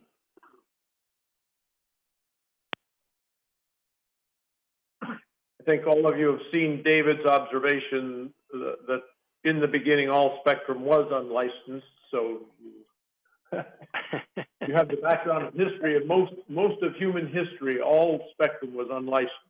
However, there was this nasty little guy named Marconi, and he created something that then got us into this whole allocation of spectrum. You have the vast weight of human history behind you. Dennis, I think Dale raised his hand. Dale, did you mean to raise your 10 cards? Yeah, I've been doing some other work, including a little bit with the SISMAC, and the issue is, you know, these rules, like on how what unlicensed systems behave, are dependent upon whether you can actually enforce the rules. And there's issues about MAC addresses and all kinds of issues of how to track down somebody who may be causing interference. Are you thinking about enforcement at all in the as a component of your work? You know, it's a great point, Dale, and you know, I think in all of the work around SAS and DFS and AFC, there's been a lot of discussion on enforcement. So I'm sure we'll bring that into the discussion. But it's a great point.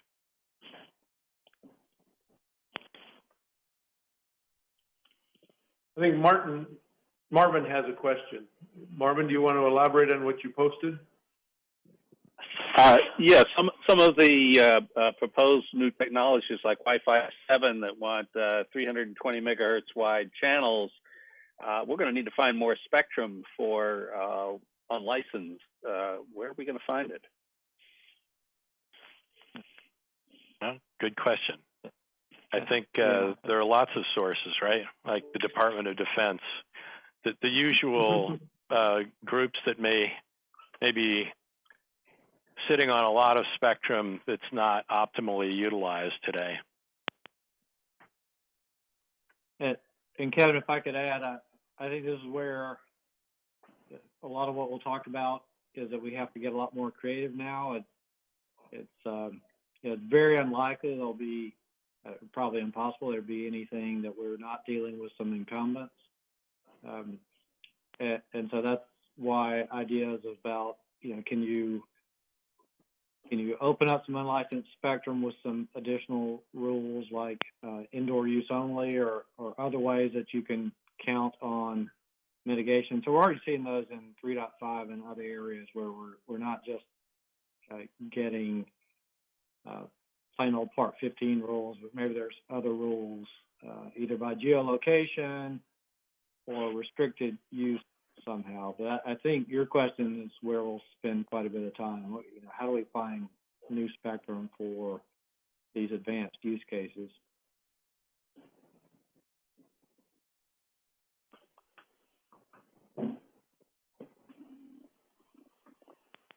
I would note that to your comment, Kevin, the Department of Defense might not necessarily agree with the comment that you made.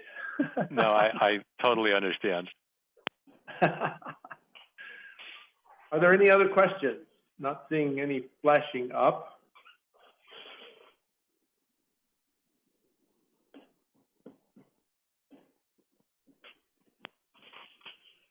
All right. That brings us to an important question, but I think we will go ahead and take our break at this point as planned. This is early. We did spend most of the full time on the artificial intelligence, but we'll break here.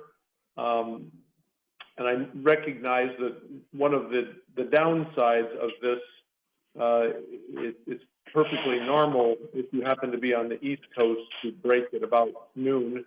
It's not so normal to break at 9 o'clock for lunch if you happen to be on the West Coast. And if you're in Colorado or in Chicago, it's somewhere in between. But I think we will nonetheless take a break for lunch or brunch or perhaps even breakfast on the West Coast, whatever is appropriate for your dietary interests. I think we will, however, instead of taking the time until 1, we'll move things back. And I've actually thought about this, that most people will be grabbing something at home, so you can probably be still eating while the next presentation goes. But why don't we go ahead and take a 30-minute break? Is that reasonable for everyone? Please Sure. signify with a no if it's not. Sure. And Yep. What time do we resume? Sounds good. Yep, that's Okay, fine. so we'll take a 30-minute break. Well, I guess we'll just so we start on an appointed time. So we do have a challenge for at least David. He has a meeting scheduled during our planned lunch break, and that's the one downside. Are there others that have David Young's problem? Either speak up or post it. Having the chat box running actually is very helpful because it's a non-obtrusive way of interjecting information.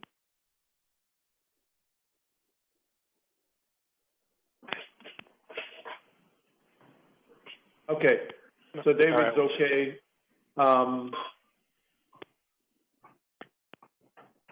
Greg had a problem as well.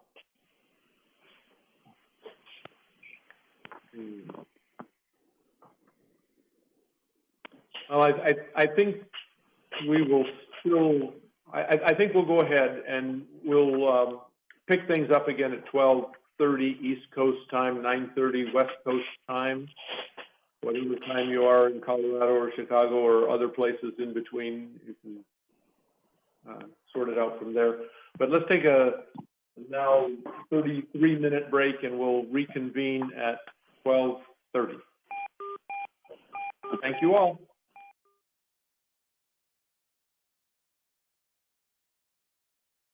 So I think we'll move board and getting to the 5G and to some degree 6G as well, as we are the forward-looking part of the FCC structure. So let's move into the 5G RAN technology working group. And Tom and Kevin, presumably you've had a chance to eat and you're ready to go, and let's let you go. Yes, wolf down some lunch. Actually, Tom's going to get started, and then I'll pick it up, and Tom's going to finish up. So, are you back, Okay, Tom? thank you very much, everybody. Welcome to the 5G RAN Technology Working Group readout. Kevin and I are going to be leading this working group, so why don't we jump to the first slide.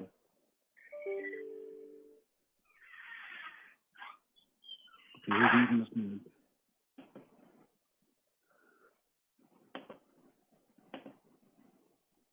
Thank you.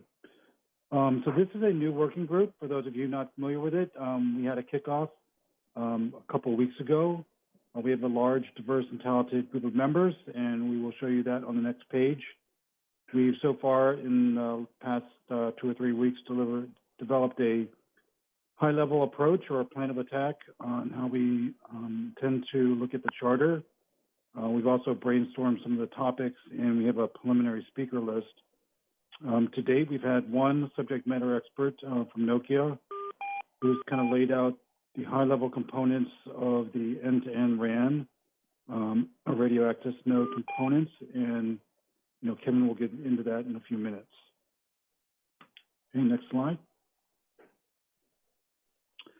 So we do have a very broad and extensive group here. We're looking forward to working with these folks across the operator community, supplier community, key technology companies, other associations, et cetera. So we will be calling on them and their particular subject matter experts to help fill out this in terms of presentations to the working group and so forth.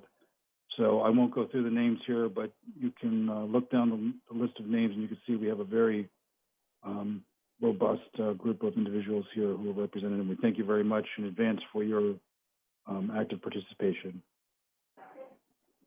At the bottom, we also list a number of the FCC liaisons that are there. So again, I won't go through there. They have a very rich experience and will guide us as we go through the working group efforts. Kevin?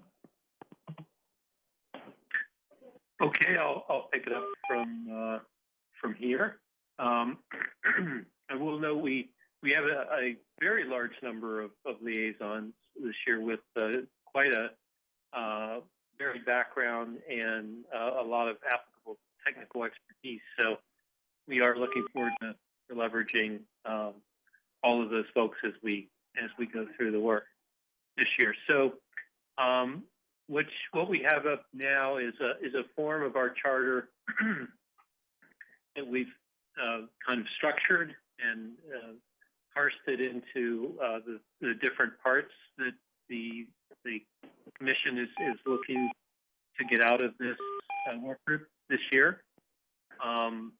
Broadly speaking, the main emphasis of this is to look at the advanced technologies that are being used in the RAN in 5G, but also looking forward to beyond 5G. So anything beyond 5G at this point we refer to as 6G or Horizon technologies. And this includes both essentially the base station as well as the client spaces. So it's both ends of the radio air interface. The topics that are laid out, again, there's a lot of different topic areas, but there is an overall theme to the charter of this new working group. It kind of starts with looking at the RAN technology evolution itself. What are the new technologies in 5G and the compared to previous generations technologies we would expect over time in the sort of horizon category. How does it compare with what we had classically had in the RAN before? And then how do the new capabilities affect other things? So how does the virtualization of the RAN, which I think you can take a couple of ways, virtualization as in literal virtualization of functions, but also disaggregation. Actually, there's a lot of background. If people could go on mute if you're not asking a question. But also the forms of flexibility, if you will, and disaggregation of various RAN parts, flexibility, configurability, things we maybe at one time would have referred to as software-defined radio or aspects of that. And how do those things affect different parts of the RAN and also getting into the spectrum management? There is a lot of the request here centers around spectrum management, interference management, interference measurement, equipment authorization, and the like. Looking at all the different parts of the RAN, so the RF front end, advanced antennas and filtering technologies, and amplifier designs, even A to D converters. These are all areas that the work group will be looking at from the perspective of how advances in those areas. First of all, what kind of capabilities will that provide? But then, what will it also provide in terms of either challenges or opportunities in the broad spectrum management space? Also in broadband processing. So a lot of what's new here is the virtualization of RAN, but it's also about new overall system capabilities as well. So 5G brings with it many more different points of optimization, particularly as the 3GPP releases roll out and we get into release 16, even release 17, and more of these capabilities will become sort of online and deployable. And those are also sort of degrees of freedom, if you will, in the RAN. So again, with all the new capabilities, new technologies, new degrees of freedom, what are the implications of that on across different parts of the RAN, and also very much on spectrum management.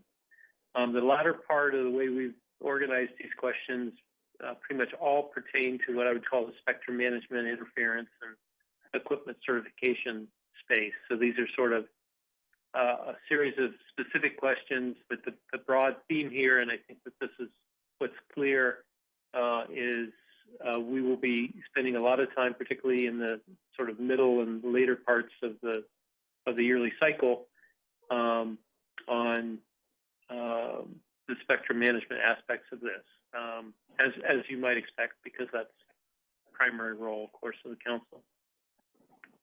So I'm not going to read through each of the individual questions, but you can see there's a lot of different categorizations here having to do with how policies and procedures might need to change, how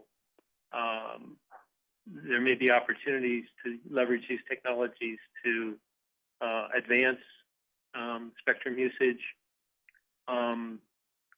different impacts on how equipment certification or authorization would need to be done, and of course interference risk, and certainly that's an area you think of a lot, is whenever you introduce flexibilities, brings a lot of benefits in terms of efficiency,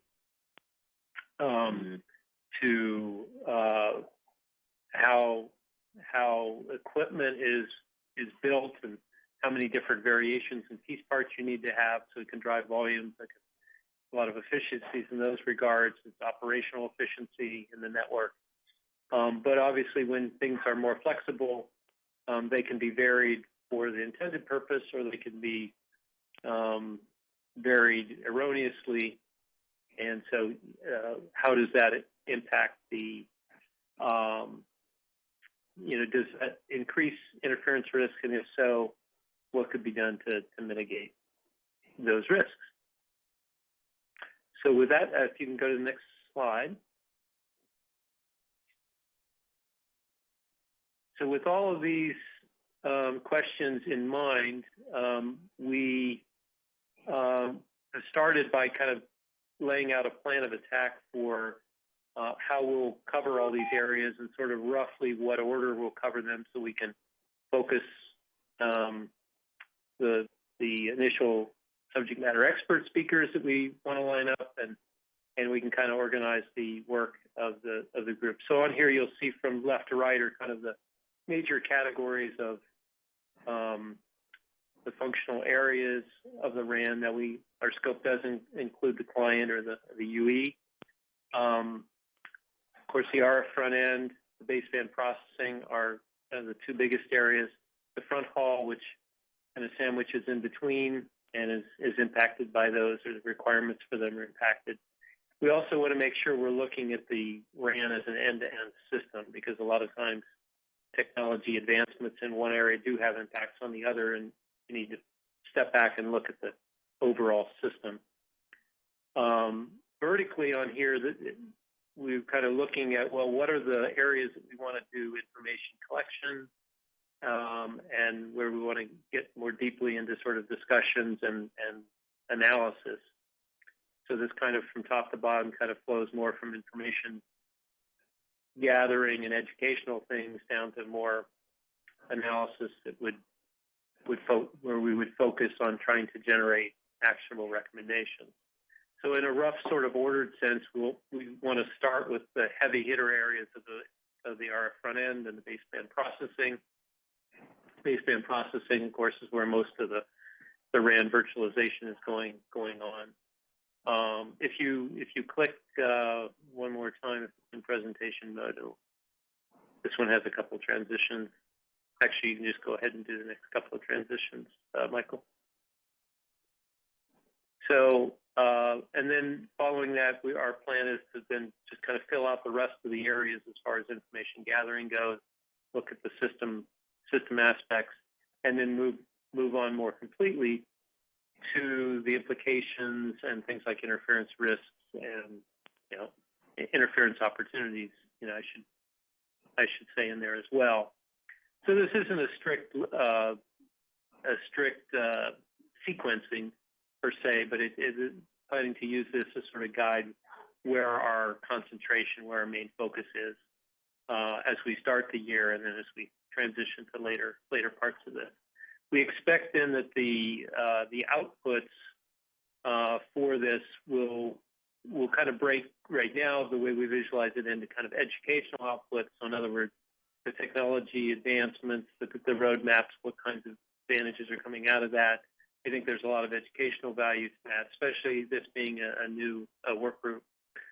And then the more actionable analysis falling more into that spectrum management area. There may be other areas of actionable analysis as well, or of actionable recommendations. But being led by by the questions in the charter, this is the area we would expect to kind of dig our teeth in the deepest, and would probably represent the biggest time allocation of the group. So this is our initial plan, and of course we'll tailor this as we go forward. We learn more and find other areas of opportunities. So we go to the next slide.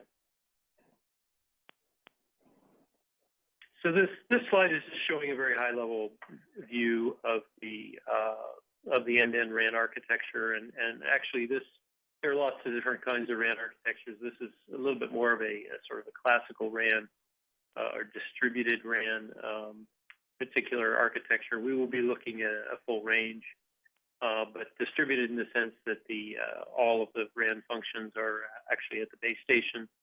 But it also highlights what has been a major transition in the RAN, which is the move towards remote radio heads, which are usually mounted, on the tower.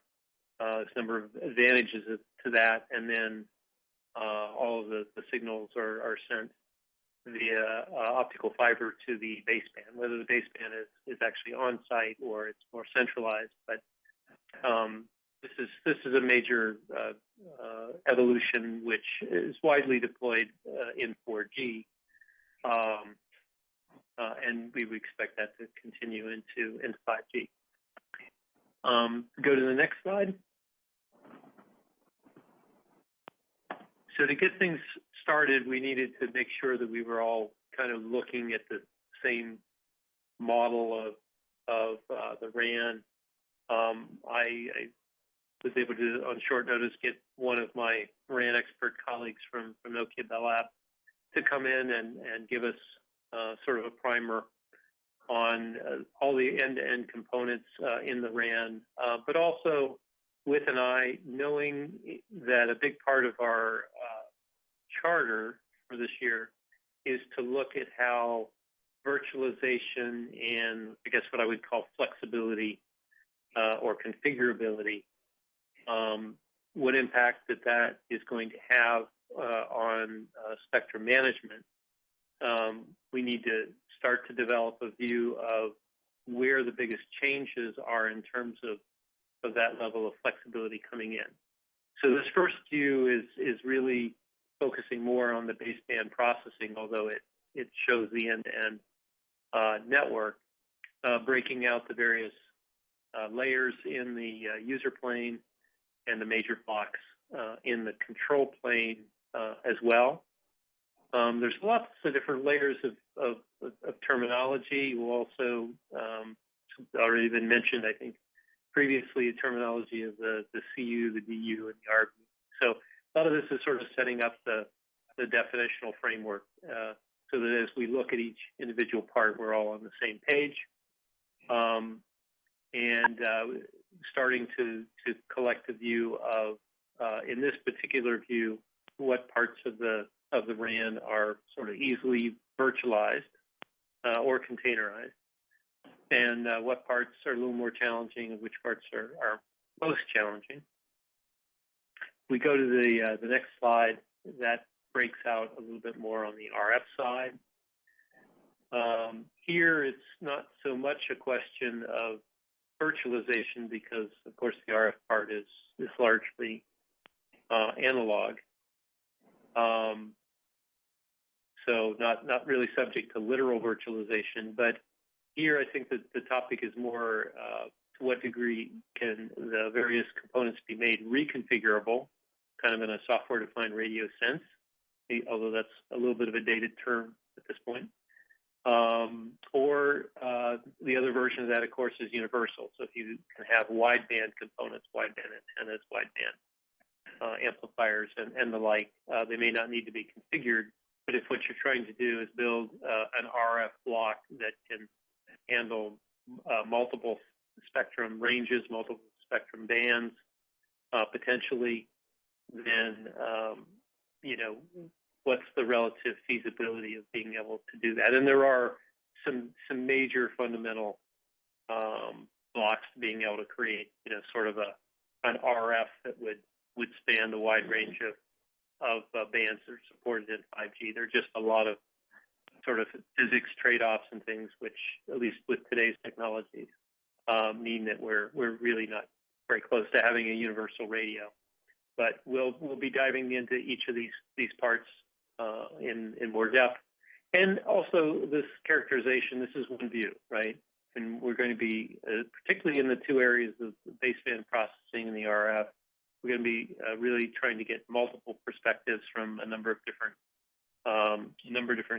companies or academic institutions on what they see as potential breakthrough areas, whether those are in time for what you consider 5G or whether they're later in time. Actually, in our work group discussions, David Tenenhouse has brought up the prospect that some of the redder areas might well be things that we could tee up as areas for sort of pre-competitive research, where everyone would gain from having longer-term research activities that might result in breakthroughs. So that's an area that the work group is considering as an area for actionable recommendations. So with that, I will hand it back to Tom to finish this out. I'll just interject, I love the plug for actionable recommendations. We had you in mind, Dennis.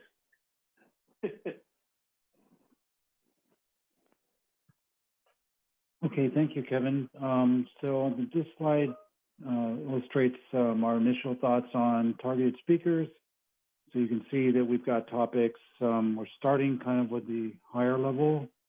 We already did sort of the end-to-end RAN components and flexibility, and we're inviting folks from various companies to talk about things like technology, the RF technology side, so the RF front end, the UE technology, virtual RAN technology evolution, different perspectives from different companies, both some that are more into virtualization, more on traditional equipment vendors, and so forth. So then down the road, we will also include things like millimeter wave and massive MIMO, and then front haul, and ultimately we'll look at interference management. So we've got a lot of things on our plate, looking, as I said earlier, to having a lot of great contributions from our working group members and from others.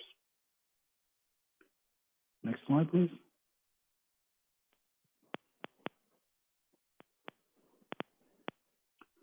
So our next steps for the working group, given that we've just been up and running for a few weeks, is to kind of firm up this speaker list and the schedule.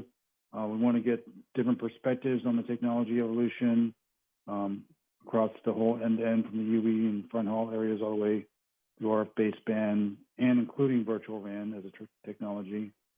And we're also coordinating closely with the 5G IoT working group to make sure we're in sync on kind of the BBU and the vRAN areas, since they are covering ORAN, as they will discuss in the course of their discussion. And as Kevin mentioned here, there was an idea to develop some proposed list of pre-competitive research areas as a potential actionable recommendation to the FCC. So I think that's pretty much it, subject to your questions. Yeah, Tom, I wanted to add, I know a lot of the folks are members of one or the other or both of the 5G working groups, but some may not be. That there is a little bit of overlap between the two groups, in the sense that we're both looking at the RAN, or at least the baseband processing part. Our charter is more focused on vRAN, or if you will, the technology aspects of implementing virtualized RAN in its many different forms. Whereas the 5G IoT group is looking at that area with more of a focus on ORAN, which they're going to get into in the next talk, and the ecosystem aspects of, ORAN is Open RAN, so the ecosystem impacts or aspects of sort of opening up, disaggregating, and opening up RAN, and how that impacts the number of companies competing in the ecosystem, and as well as dealing with 5G as an end-to-end architecture. So that's kind of the division of labor when it comes to the baseband processing part of the RAN between the two work groups. And we do expect we'll be doing a joint SME talks and things like that whenever we're really working in the baseband processing part of the RAN.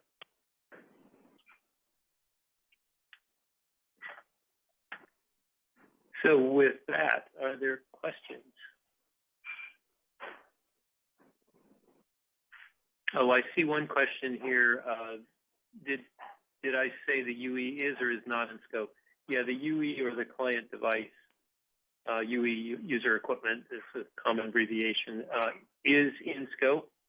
At least the, I would say at least the RF front end of the UE devices, being the other end of the radio interface. As you probably saw in the plan of attack, we're kind of treating that as a, we're not focusing on that quite as our first priority, but we'll be covering that area as we sort of fill out the RAN end-to-end.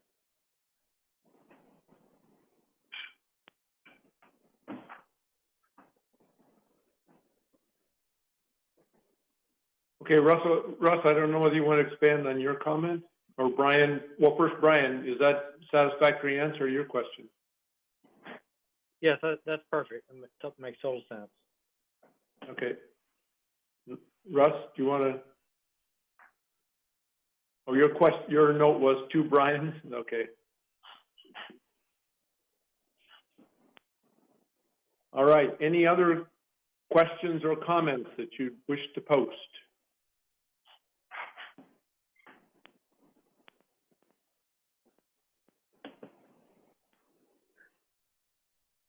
Relatively quiet group after lunch.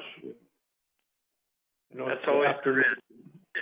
Yeah, afternoon lull, but many of our number are spread out in time, so it's not really time to have a full afternoon lull. All right, last call. Hearing no questions. No, there is actually. There we go. There you go, Marvin. Go ahead. Question there. And actually, if we could back up to the first of those two architecture pictures, it's probably better to speak to that. That's the one. Yeah. No, you had it. It was. Sorry, that one. That's it. Yeah. Thanks, Michael. Yeah, the CU and the DU are the major parts of the baseband processing. So that terminology is sort of new with 5G. It wasn't really, it sort of came in with virtualization of the RAN, although it's used for both classical and virtualized RAN. The CU stands for the centralized unit. It's primarily it's kind of the packet processing parts of the RAN, whereas the DU focuses on the kind of layer 1, layer 2, layer 2 plus functionality that, and oftentimes those are split because the DU has, in general, has much more latency stringent,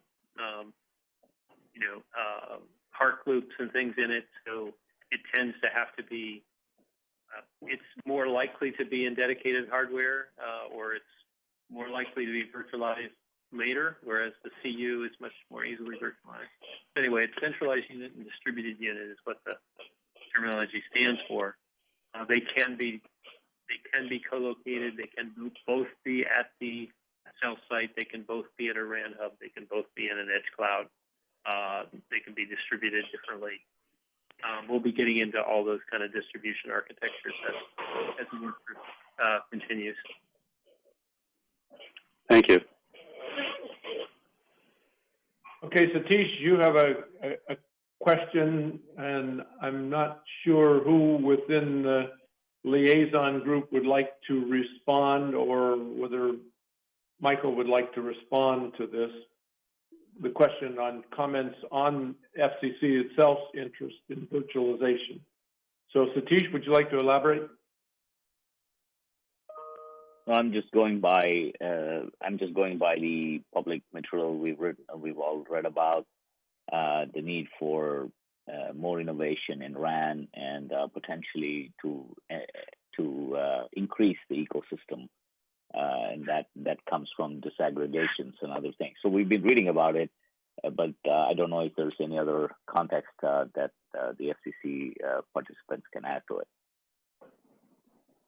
Yeah. So hey, Satish, this is Michael. Maybe I'll take the first crack at it. That this is a technological device committee where we have a genuine interest in the technology itself, and as things are becoming more virtual, more digitized, say more on the digital domain, I think it's very helpful to understand what the latest and greatest technology is and how that's going to be impacting the rollout of the network and so forth. And eventually, they will kind of come down to some of the rules that we will be reviewing or we will be adopting as well.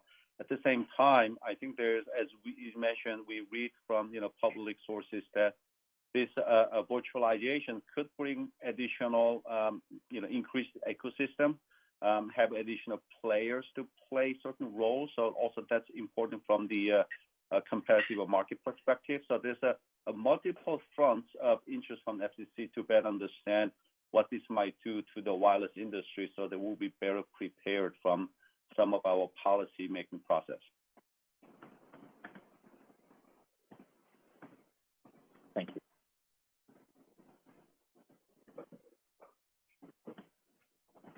Okay, last call for questions.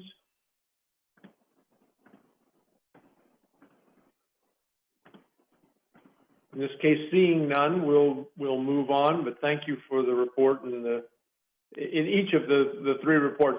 It's great to see the work that is underway and the pointing to the future. There's a lot of good work ahead of the groups and a good foundation being laid. So good stuff. Russ and Brian, you are on. Okay, thank you. Can you hear me? Hear you good. Okay, great. So I just want to, we're the last presentation of the day. This is the 5G IoT Open RAN Working Group. We'll talk about the details in terms of what our charter is. As Kevin mentioned, between the RAN technology group and our group, I would say there's some slight overlap and some complementary areas that we're trying to tackle. We have a very good set of working group team members as well as FCC liaisons. And we've got a pretty heavy charter. Before we get started, I was thinking today about the 5G triangle. Everybody probably remembers the triangle that 5G is the basis of, which includes things like enhanced mobile broadband, which is capacity enhancement and fixed wireless access. And then you've got the other corner is massive machine type communications or massive connectivity. And then the third corner is ultra reliable latency communications, high reliability, low latency. And it sort of stuck in my mind today as we're all sitting here remotely. Maybe we're not as mobile as normal, but I think we're living a use case for 5G. So just want to bring that to bear since we're having the 5G working group discussion. Next slide, please.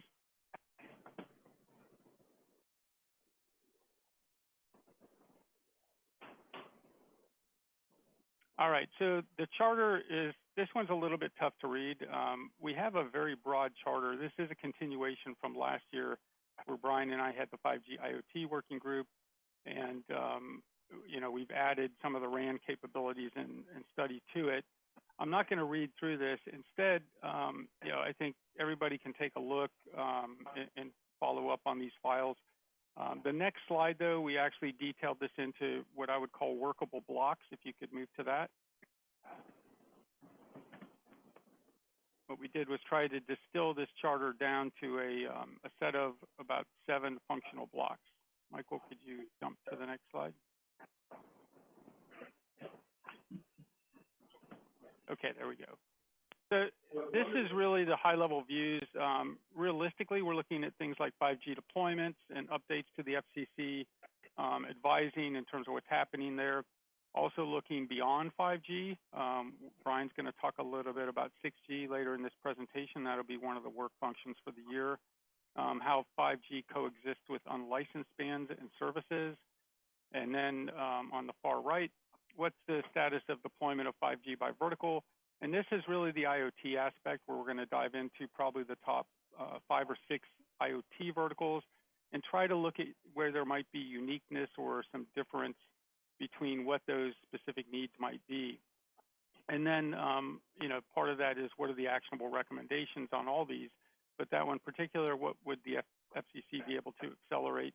And then needs potentially for dedicated or shared spectrum. I think everybody's aware there's a lot of activities taking place. CBRS will go live in a few months in terms of the PAL licenses. It's live now, I should say, but the PAL licenses will be issued this summer. And then what other technologies? The main focus is in the center, though, of the working group as we look at O-RAN. There's been a lot of press about O-RAN and opening up the RAN. And this is really an open source software model. Brian's going to take a deeper dive on some of these topics. But we'll really take a look at the scalability of Open RAN, how it'll drive efficiency, competitiveness, and if there's any challenges in terms of disaggregating adoption, all these things, and then O-RAN evolution in the long term. So that's really, when you look at this from it's a fairly broad perspective.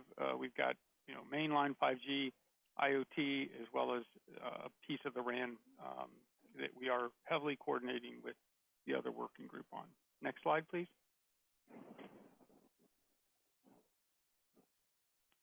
Yeah, we can skip this one too.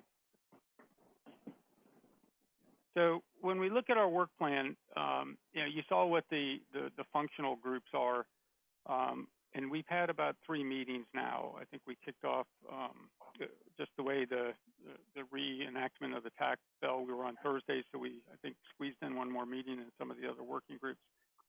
Related to O-RAN, we're definitely going to do some framing around what's happening in the standards and alliance communities.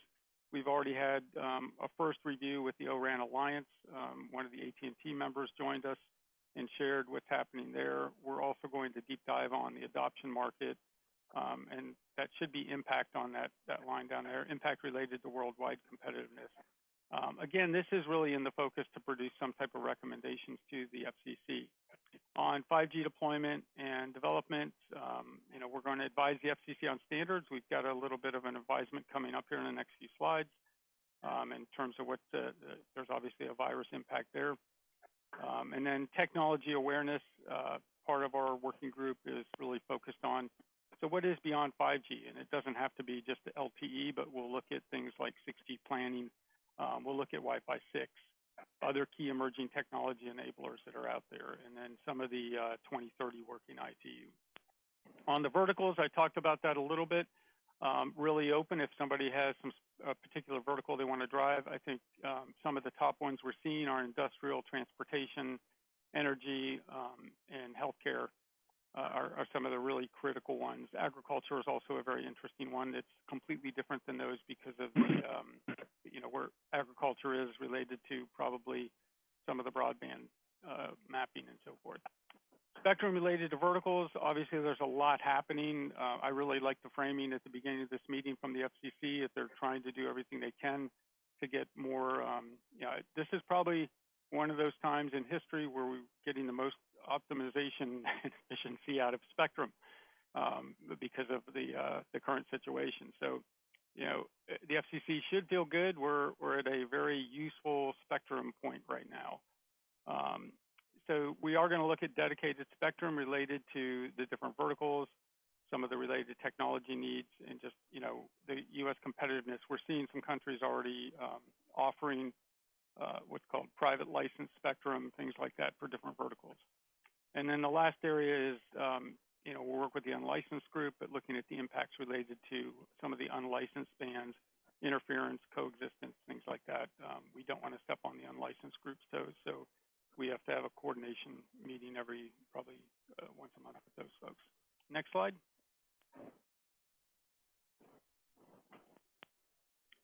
So standards is probably not a versus coronavirus. I'm going to bet on standards here.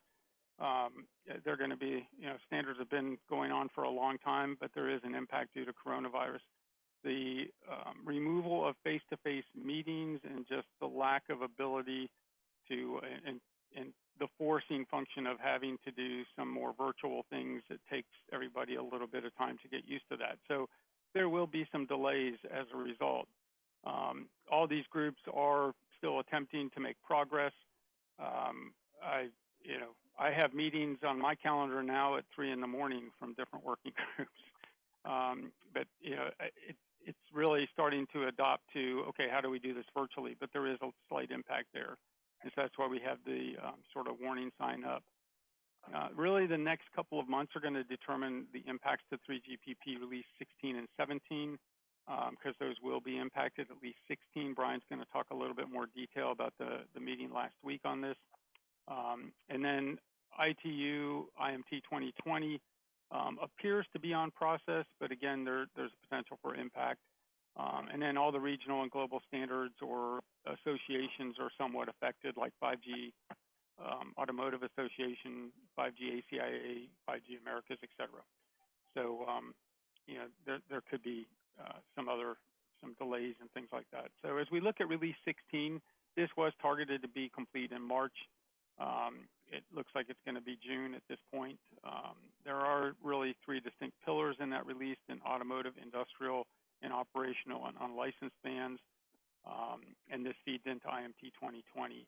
As you can see on the right, that's a 3GPP sort of summary of release 16. There's actually a bit more in there than that, but those are really the key enhancements, features, and so forth. So, the schedule at the bottom is showing a pre-coronavirus schedule that will most likely be delayed to release 16 freeze, moving out to sometime 2020 Q2.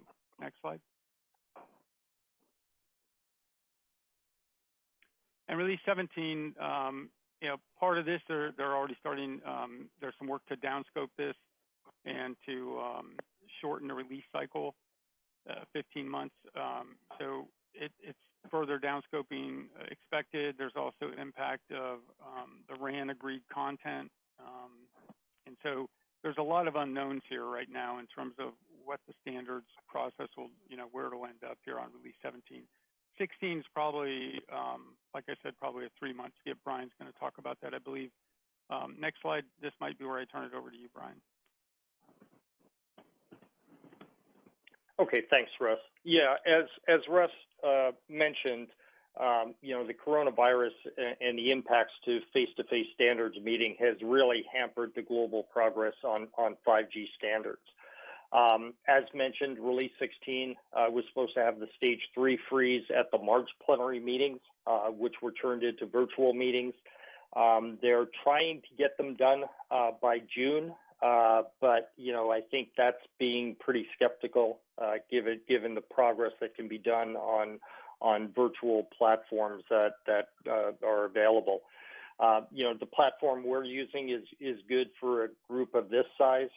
But some of these standards meetings, you're talking about hundreds of participants, and when you get into debates on contentious issues, you may have a line of 30 deep waiting to talk at the microphone. So it's really difficult to achieve the same level of progress. So even though they're going to push hard and try to maintain that June freeze for release 16, I'm a bit skeptical on whether or not that could be done. Release 17, as mentioned already, as of last week's plenary meeting, is taken a 3-month hit, a 1-quarter hit. So rather than second quarter for the stage 3 freeze, we're probably looking at third quarter at a minimum.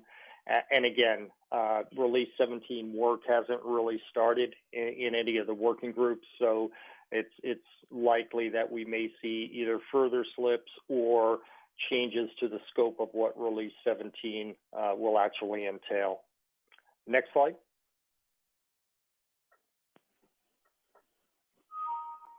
So shifting a little bit, let's go back to the end-to-end RAN architecture that Kevin and Tom presented, and we talked, significantly about the CU/DU split, which is highlighted in the red circle at the bottom.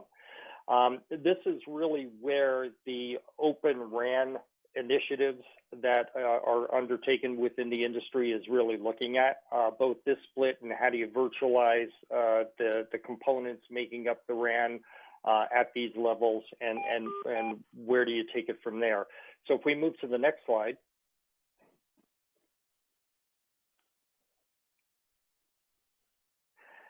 So when we look at 3GPP, 3GPP defines the overall standards for the different generations of technology, and in this case, we'll look more at 5G.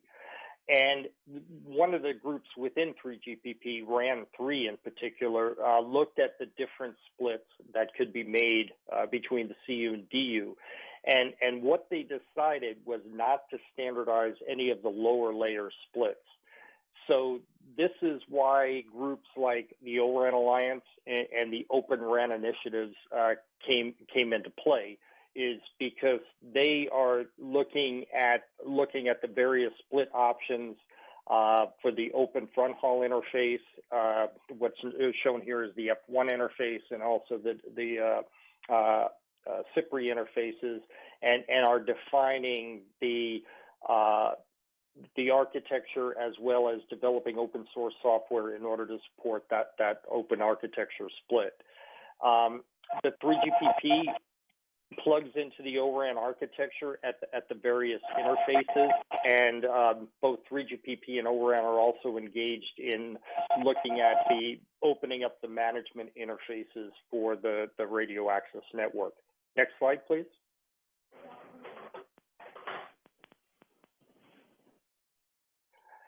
So looking at the O-RAN Alliance itself, which is one of the groups looking at opening up the RAN, there's a number of different working groups that have been defined. And again, I'm not going to go through the eye chart on the right-hand side of this, but there are 9 working groups that are looking at various components within the open architecture.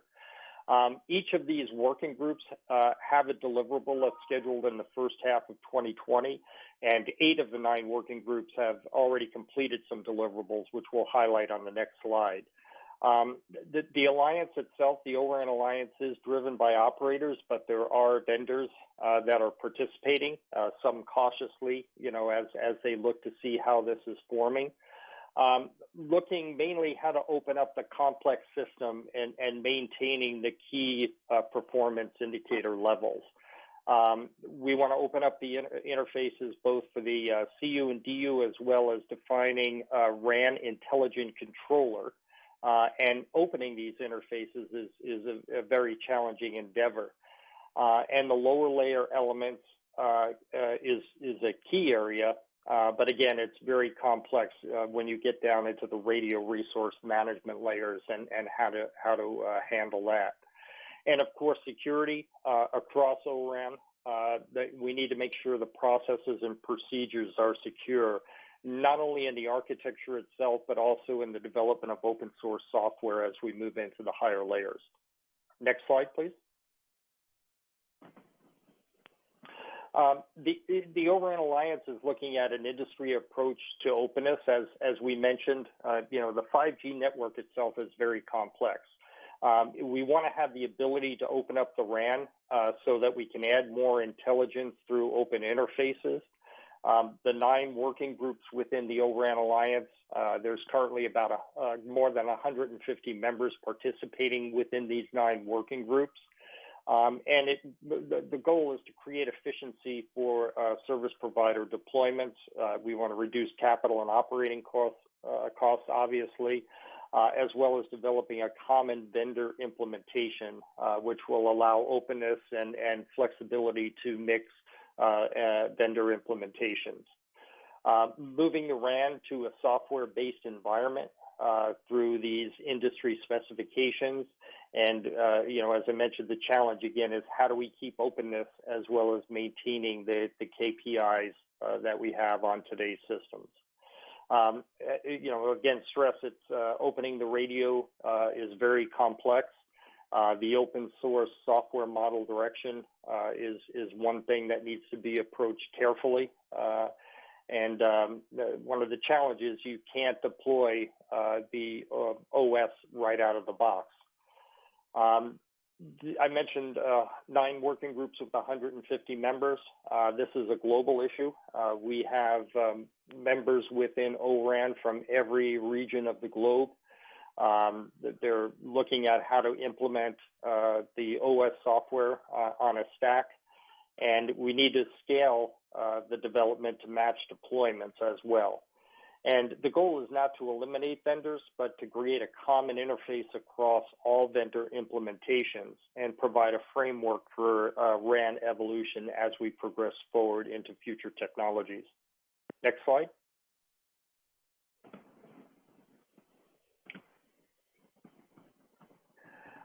The O-RAN software community is a key part of this.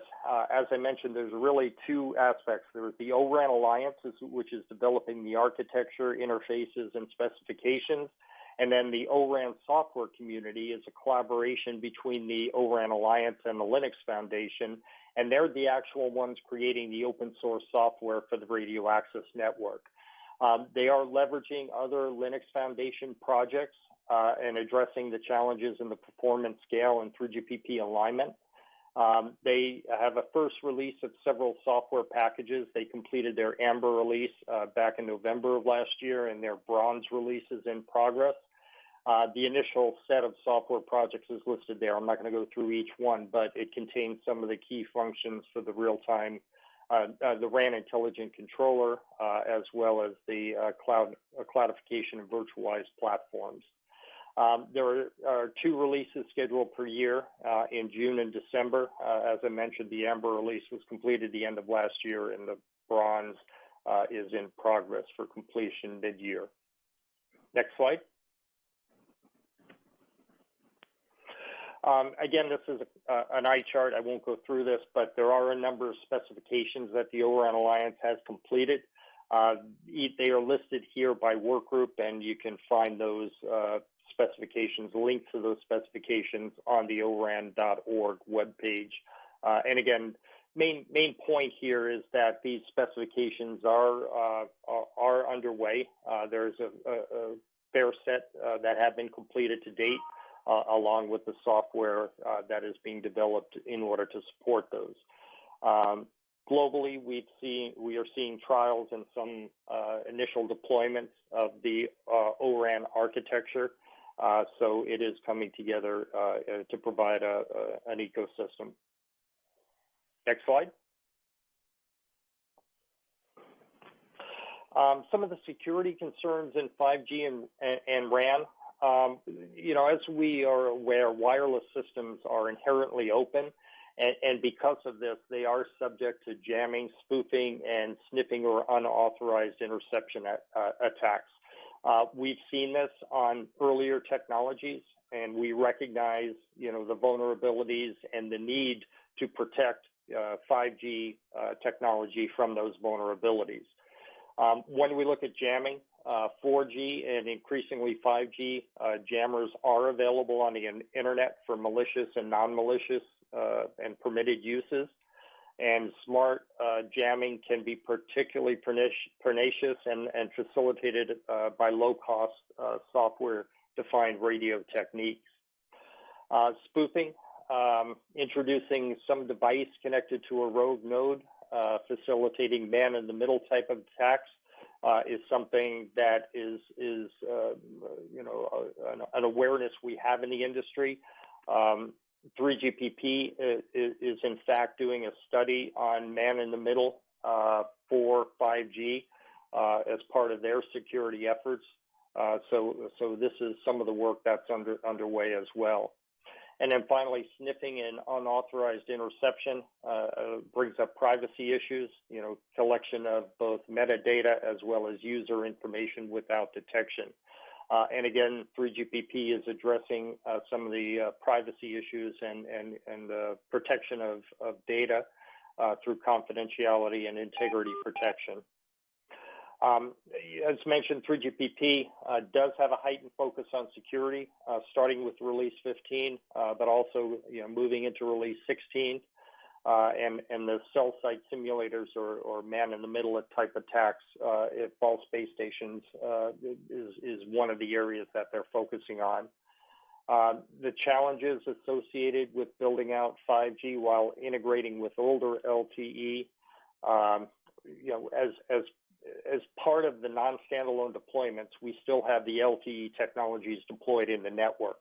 So we have that challenge of building out 5G with recognizing that the LTE technology is still deployed in the network. So we have to balance and how do we don't diminish privacy and security as we migrate from these LTE networks to the full 5G standalone networks. There is a potential overemphasis on upper layer attacks rather than at the RF or layer 1 or 2 vulnerabilities, as well as passive monitoring, sniffing, and eavesdropping will still allow for the collection and analysis of important system information. And this is why there's, again, the focus on heightened security, especially of both the user and control planes in 3GPP Release 15 and 16. Next slide, please.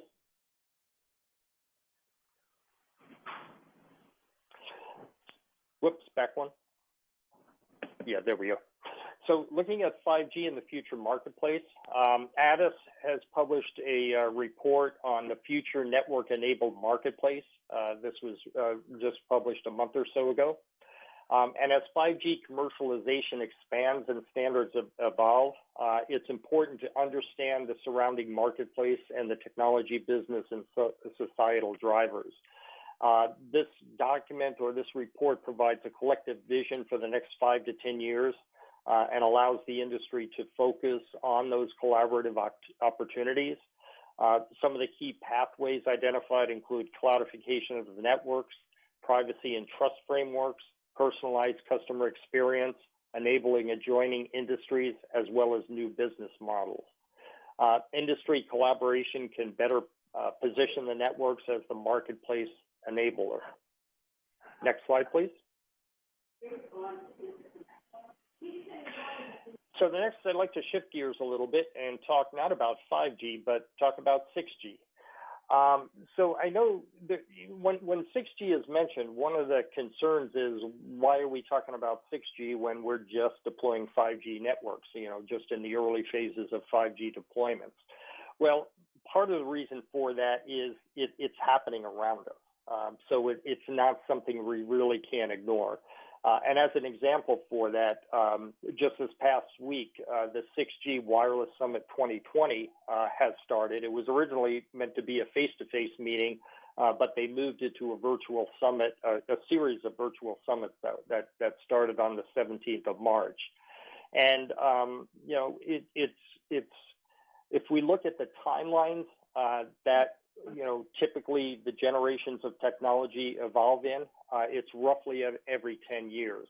And what ZTE promoted in their keynote is the timeline shown in this diagram, where we're looking at the year 2029, 2030 as being the rough time frames for a quote next generation beyond 5G, 6G, whatever label you would like to put it. And they show some milestones on the way to get there. Now, certainly this is all speculation at this point because things like the 3GPP milestones and the ITU milestones and so forth are not cast in stone yet. But it does show that folks are thinking along the lines of when this next generation might occur. There are views that 6G will unify the experience across physical, digital, and biological worlds and integrate in the physical and digital world. We see the term Internet of Senses being discussed with enhanced brain-computer interaction and in-body monitoring even. Looking at new spectrum, going even higher in spectrum than what 3GPP is talking about today, into, the 140, 180 gigahertz range was mentioned in the early phases of this wireless summit. Looking at more core and RAN convergence and new types of architectures. And again, the initial views are somewhere around 2030 for commercialization. At least that's what is being promoted at some of these events. Next slide. So, I mentioned 2030 as being what some of the reports are coming out, but I should also point out that South Korea has also created a state-sponsored preliminary feasibility study to develop core technologies for the commercialization for 6G, and they are looking as early as 2028. So they're again allocating money into research and pushing forward in developing the next generation of services, looking at a 2028 timeframe. Other countries likewise are also pushing money into 6G research, including Japan, which has 1.81 billion euros dedicated to encourage private sector research and development for 6G.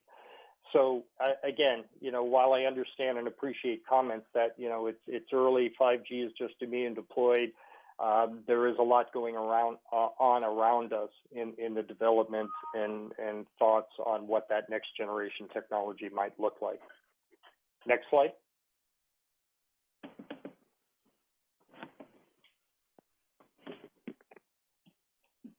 Thank you. Okay, well, that concludes our presentation. So, Dennis, I'll turn it back to you. I'm actually terribly disappointed with your chat post that you need an extra hour or two, and Russ's post that he was giving 60 more slides. I was surprised that you ended at this point, but I don't think we want to do that to everybody. All right, this is the time for you to post your questions, comments, thoughts. This is a very good forward-looking presentation. A lot of material that you've covered, captured, and a lot of important things that are going on, not only of U.S. derivation, but around the world, as your 6G pointed out in particular. It's very helpful to position the O-RAN Alliance, O-RAN software community, and the like as well. These are really important developments. So, are there questions? Can't believe that they're not. Yeah, it's Kevin Letty. I posted my question just to Michael. Could you guys talk a little bit more about industry verticals and the concepts of network slicing, and whether the slicing technologies in 5G have been exercised anywhere yet?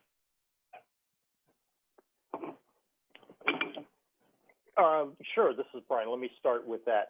So network slicing. Yeah, that is an interesting concept of being able to partition your network resources in order to support a set of services, devices, however you want to define it, which have like characteristics. From the standards perspective, network slicing has been defined in the core network, but it won't be defined in the radio access network until you get to release 17. So in order to do an end-to-end slice capability, you need the 5G next-gen core deployed, as well as the radio access network supporting release 17, which will define slicing at the RAN levels. So from that perspective, it's in its early stages. Now that said, there are some early network slicing type capabilities being deployed that have even on LTE networks. So slicing will see its full realization, I think, once we get to full standalone 5G deployment with the both the 5G core as well as the RAN support for slicing. Yeah, let me add to that. So are there other ways to, are there other ways to do verticals without slicing? What are you thinking there? I mean, there's still traditional SLAs, things like that, but the slicing capability does provide a much richer set of tools for service providers to offer targeted services to that particular industry. What was interesting, one of the organizations we met with last year in the 5G IoT working group was GSMA. It was coming up with a set of sort of standardized slices, and that's kind of important because, as you probably realize, businesses have locations in multiple, not just cities or states, but worldwide. So having a sort of standardized slice where I could, potentially have a slice that goes from AT&T to Deutsche Telekom becomes very important. But, to answer your question, there are other, there's traditional techniques for service providers to offer services to extended enterprise customers without slices as well. Great, thanks.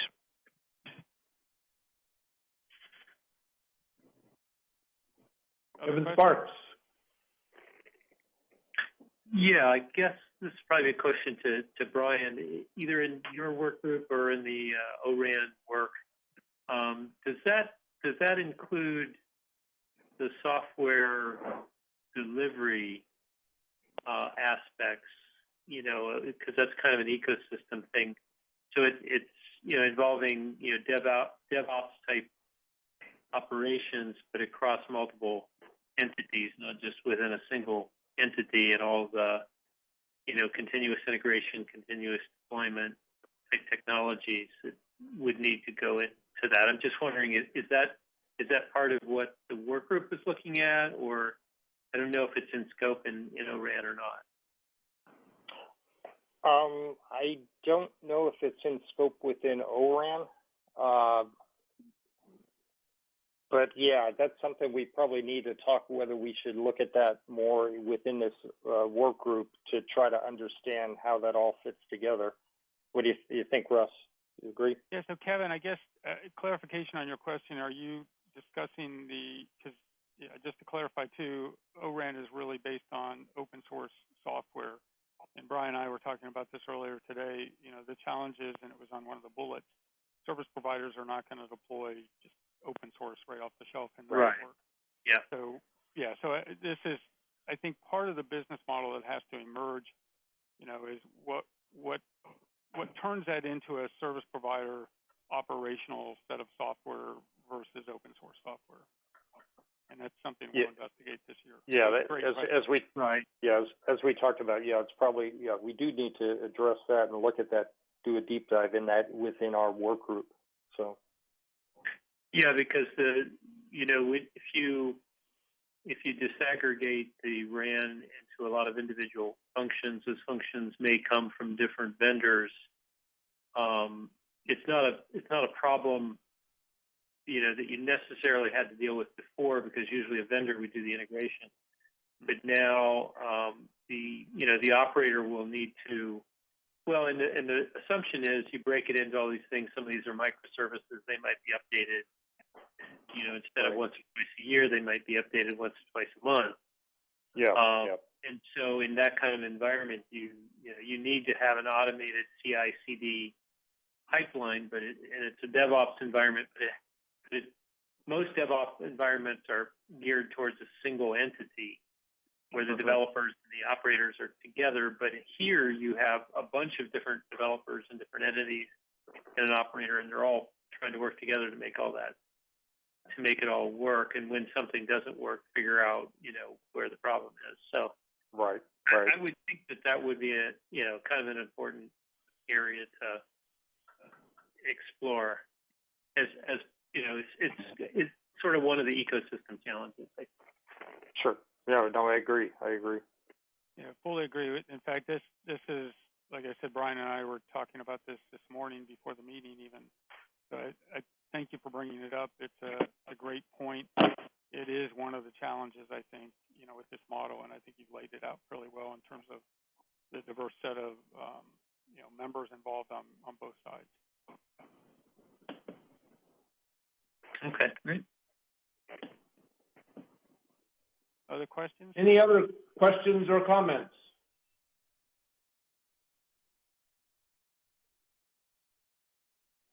By the way, if you'd like to join our working group, you just contact Brian or myself.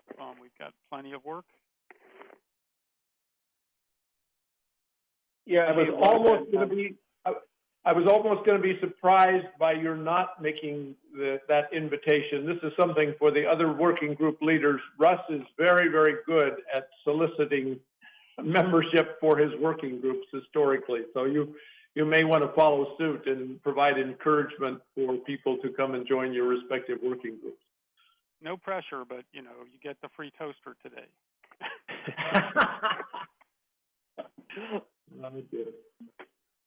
Hey, Okay, Ron, not hearing. Oh, hey, Dennis. Just a quick Go ahead, Michael. observation that, when we talk about 6G, I mean, it's very futuristic about combining the physical and digital domain, and especially with the biological world.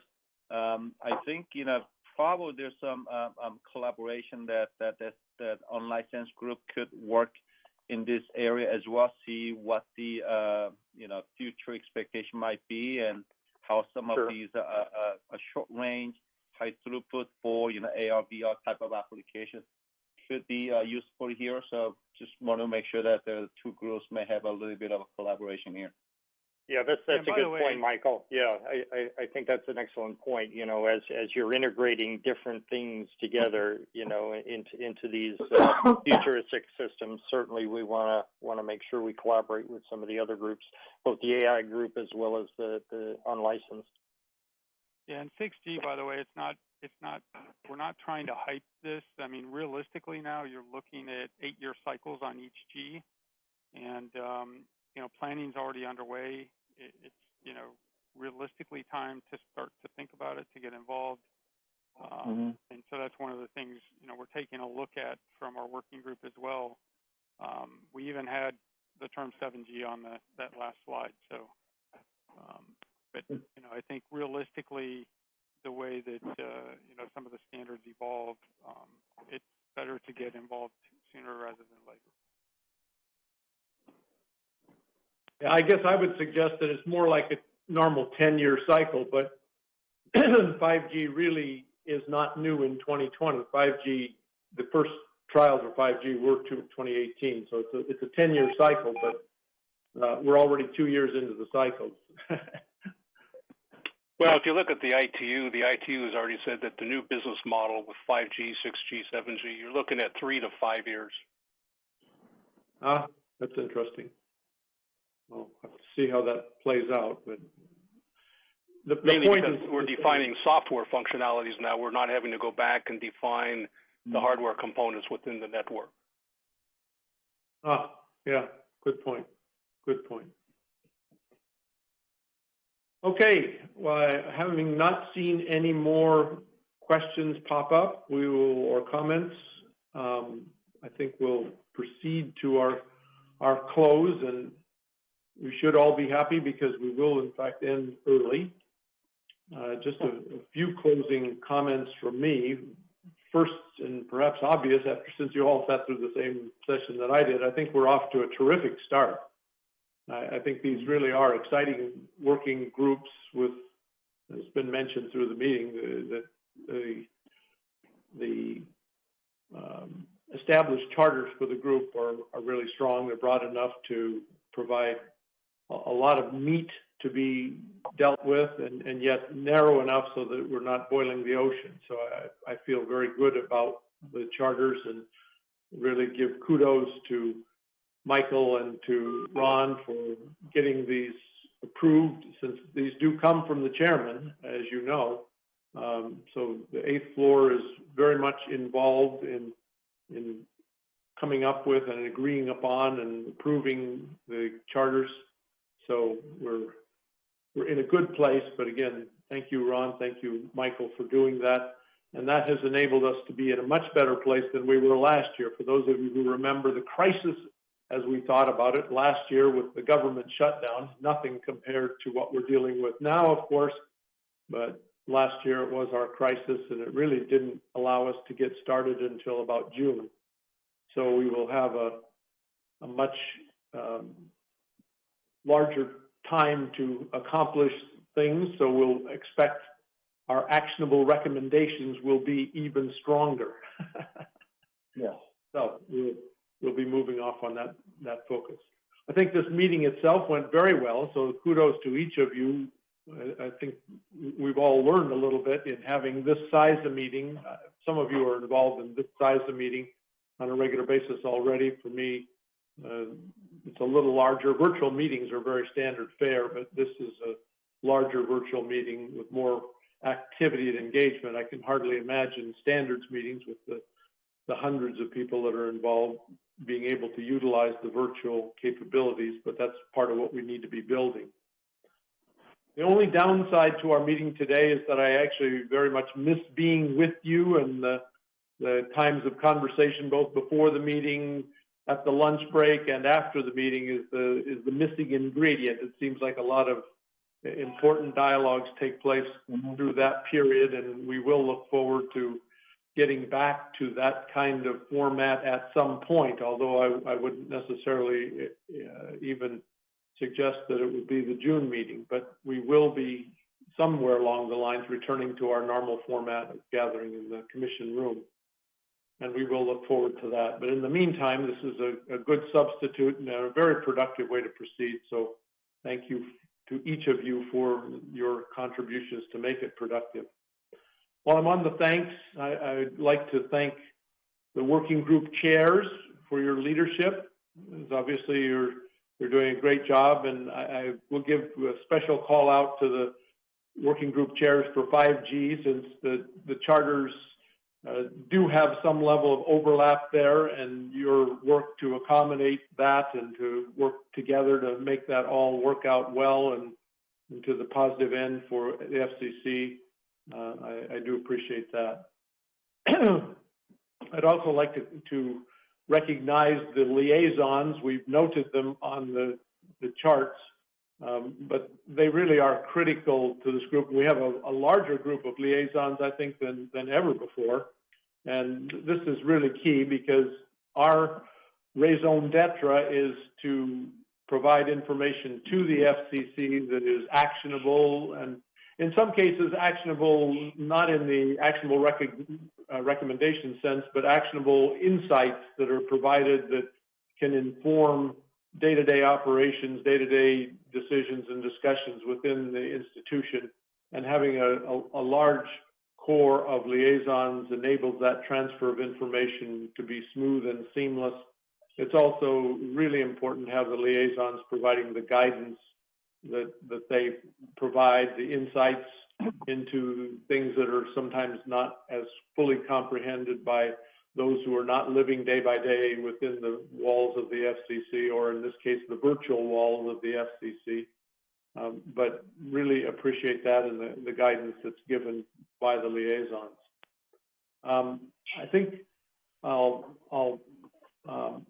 maybe move now to some final comments. And since I failed to introduce Manisha at the front end, let me offer the floor to you, Manisha, if you'd like to provide any thoughts and observations that you have from your first TAC meeting. It's interesting that your first TAC meeting is a virtual meeting, but I would solicit your thoughts at this point.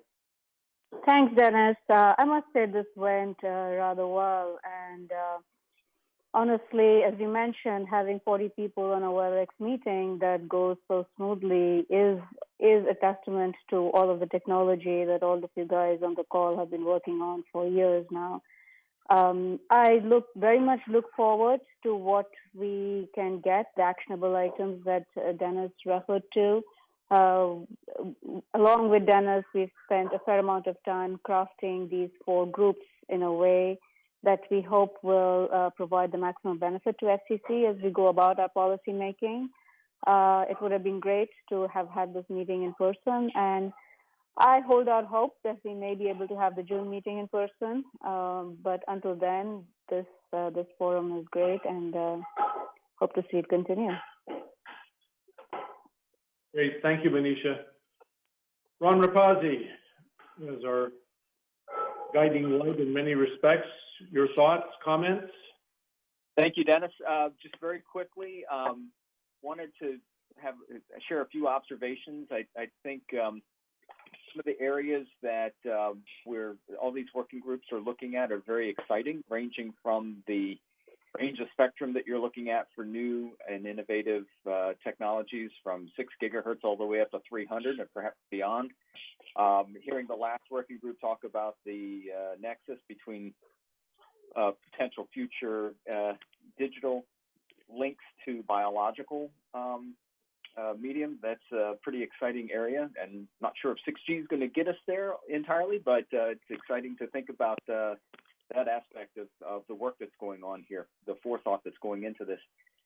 Some of the breakthrough areas in the 5G RAN group, very much interested in that, where additional research could lead to some near-term breakthroughs that could be applied more so than in the longer term.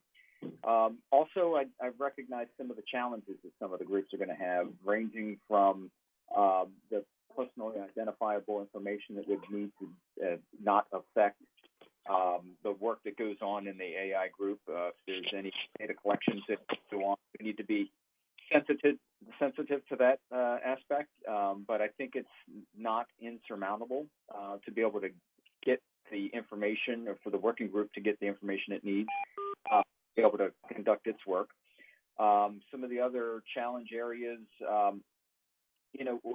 relating to, for example, the enforcement. Dale brought this up in the unlicensed group. We're always interested from the FCC's perspective on how to mitigate the risk of interference before it happens and remedy it immediately if it happens, if it should occur.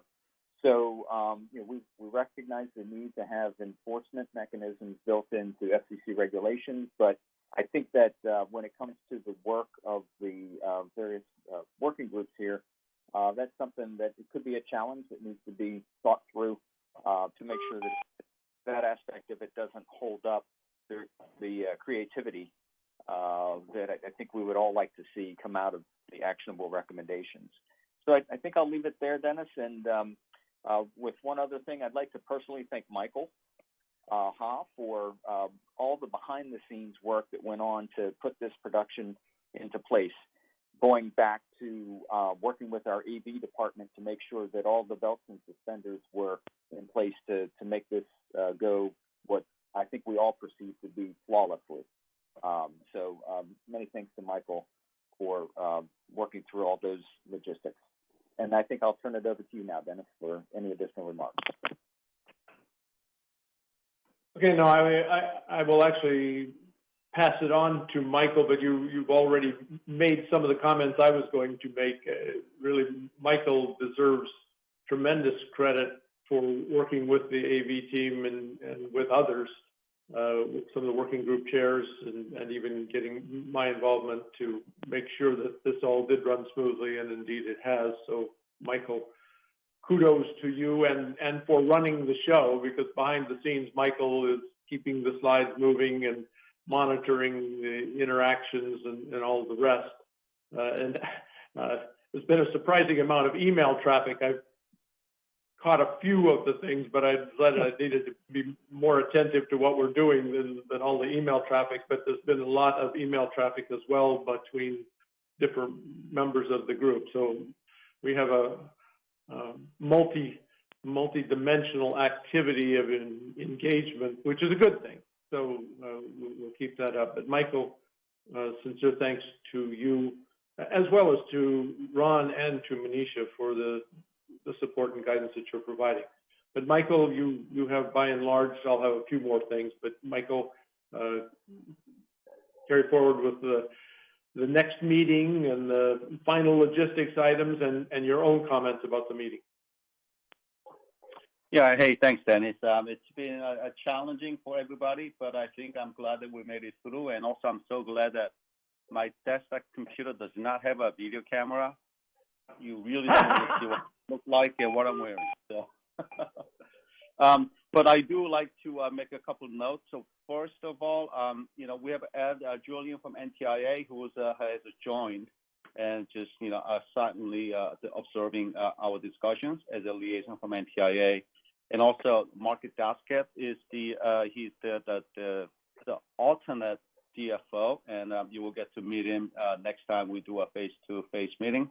And the second, again, really like to thank Jeff Riordan and his staff from the commission meeting room, as well as the IT staff, who's been really helping us to run this meeting smoothly. And then lastly, logistics for the next meeting. The next commission meeting is on June 9th. And the commission meeting is on the June 4th, so you're a few days behind. Also, probably you have heard that FCC is moving. So next June meeting will be the last meeting where you get to taste the Potbelly's lunch once we move to the new location, which is by about 3 blocks away from the Union Station, a place called the Noma, north of Massachusetts. So it will be a new place, and I'm sure we'll have a new but great experience in that new commission meeting as well. So with that, I think I'd just like to thank everybody else contributing tremendously on the liaison perspective from FCC, as well as all the working group members. Great, thank you so much again, Michael. Michael. Did you have something more, Michael? No, it wasn't me. I think someone else was making a comment.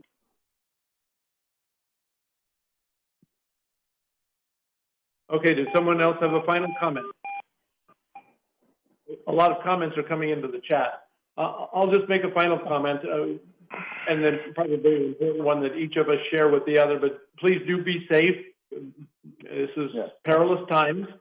And do remember, per my opening comments, that you have a critical role in this whole global war that is being undertaken, and take that seriously. Sometimes we think of ourselves as being in a different space, but we're not. We're very much a part of this whole global activity that's going on, and even the conducting of this meeting in the way that we have, moving things forward in a productive manner, is a part of defeating this dreaded disease, if you will, because we have not been encumbered by the disease, as so many are. And that's by itself a very significant triumph. So thank you very much. Keep fighting and keep remembering those actionable recommendations as you move along. We got to keep providing the input to the commission to allow it to move forward productively with great ideas that come from this group. So thank you one and all. And we will look forward to seeing you hopefully in June. Thanks, Dennis. Thanks, Dennis. Thank you. Thank you. Bye. Thanks for being our chairman, Dennis. Thanks, Dennis. Bye-bye. Yeah.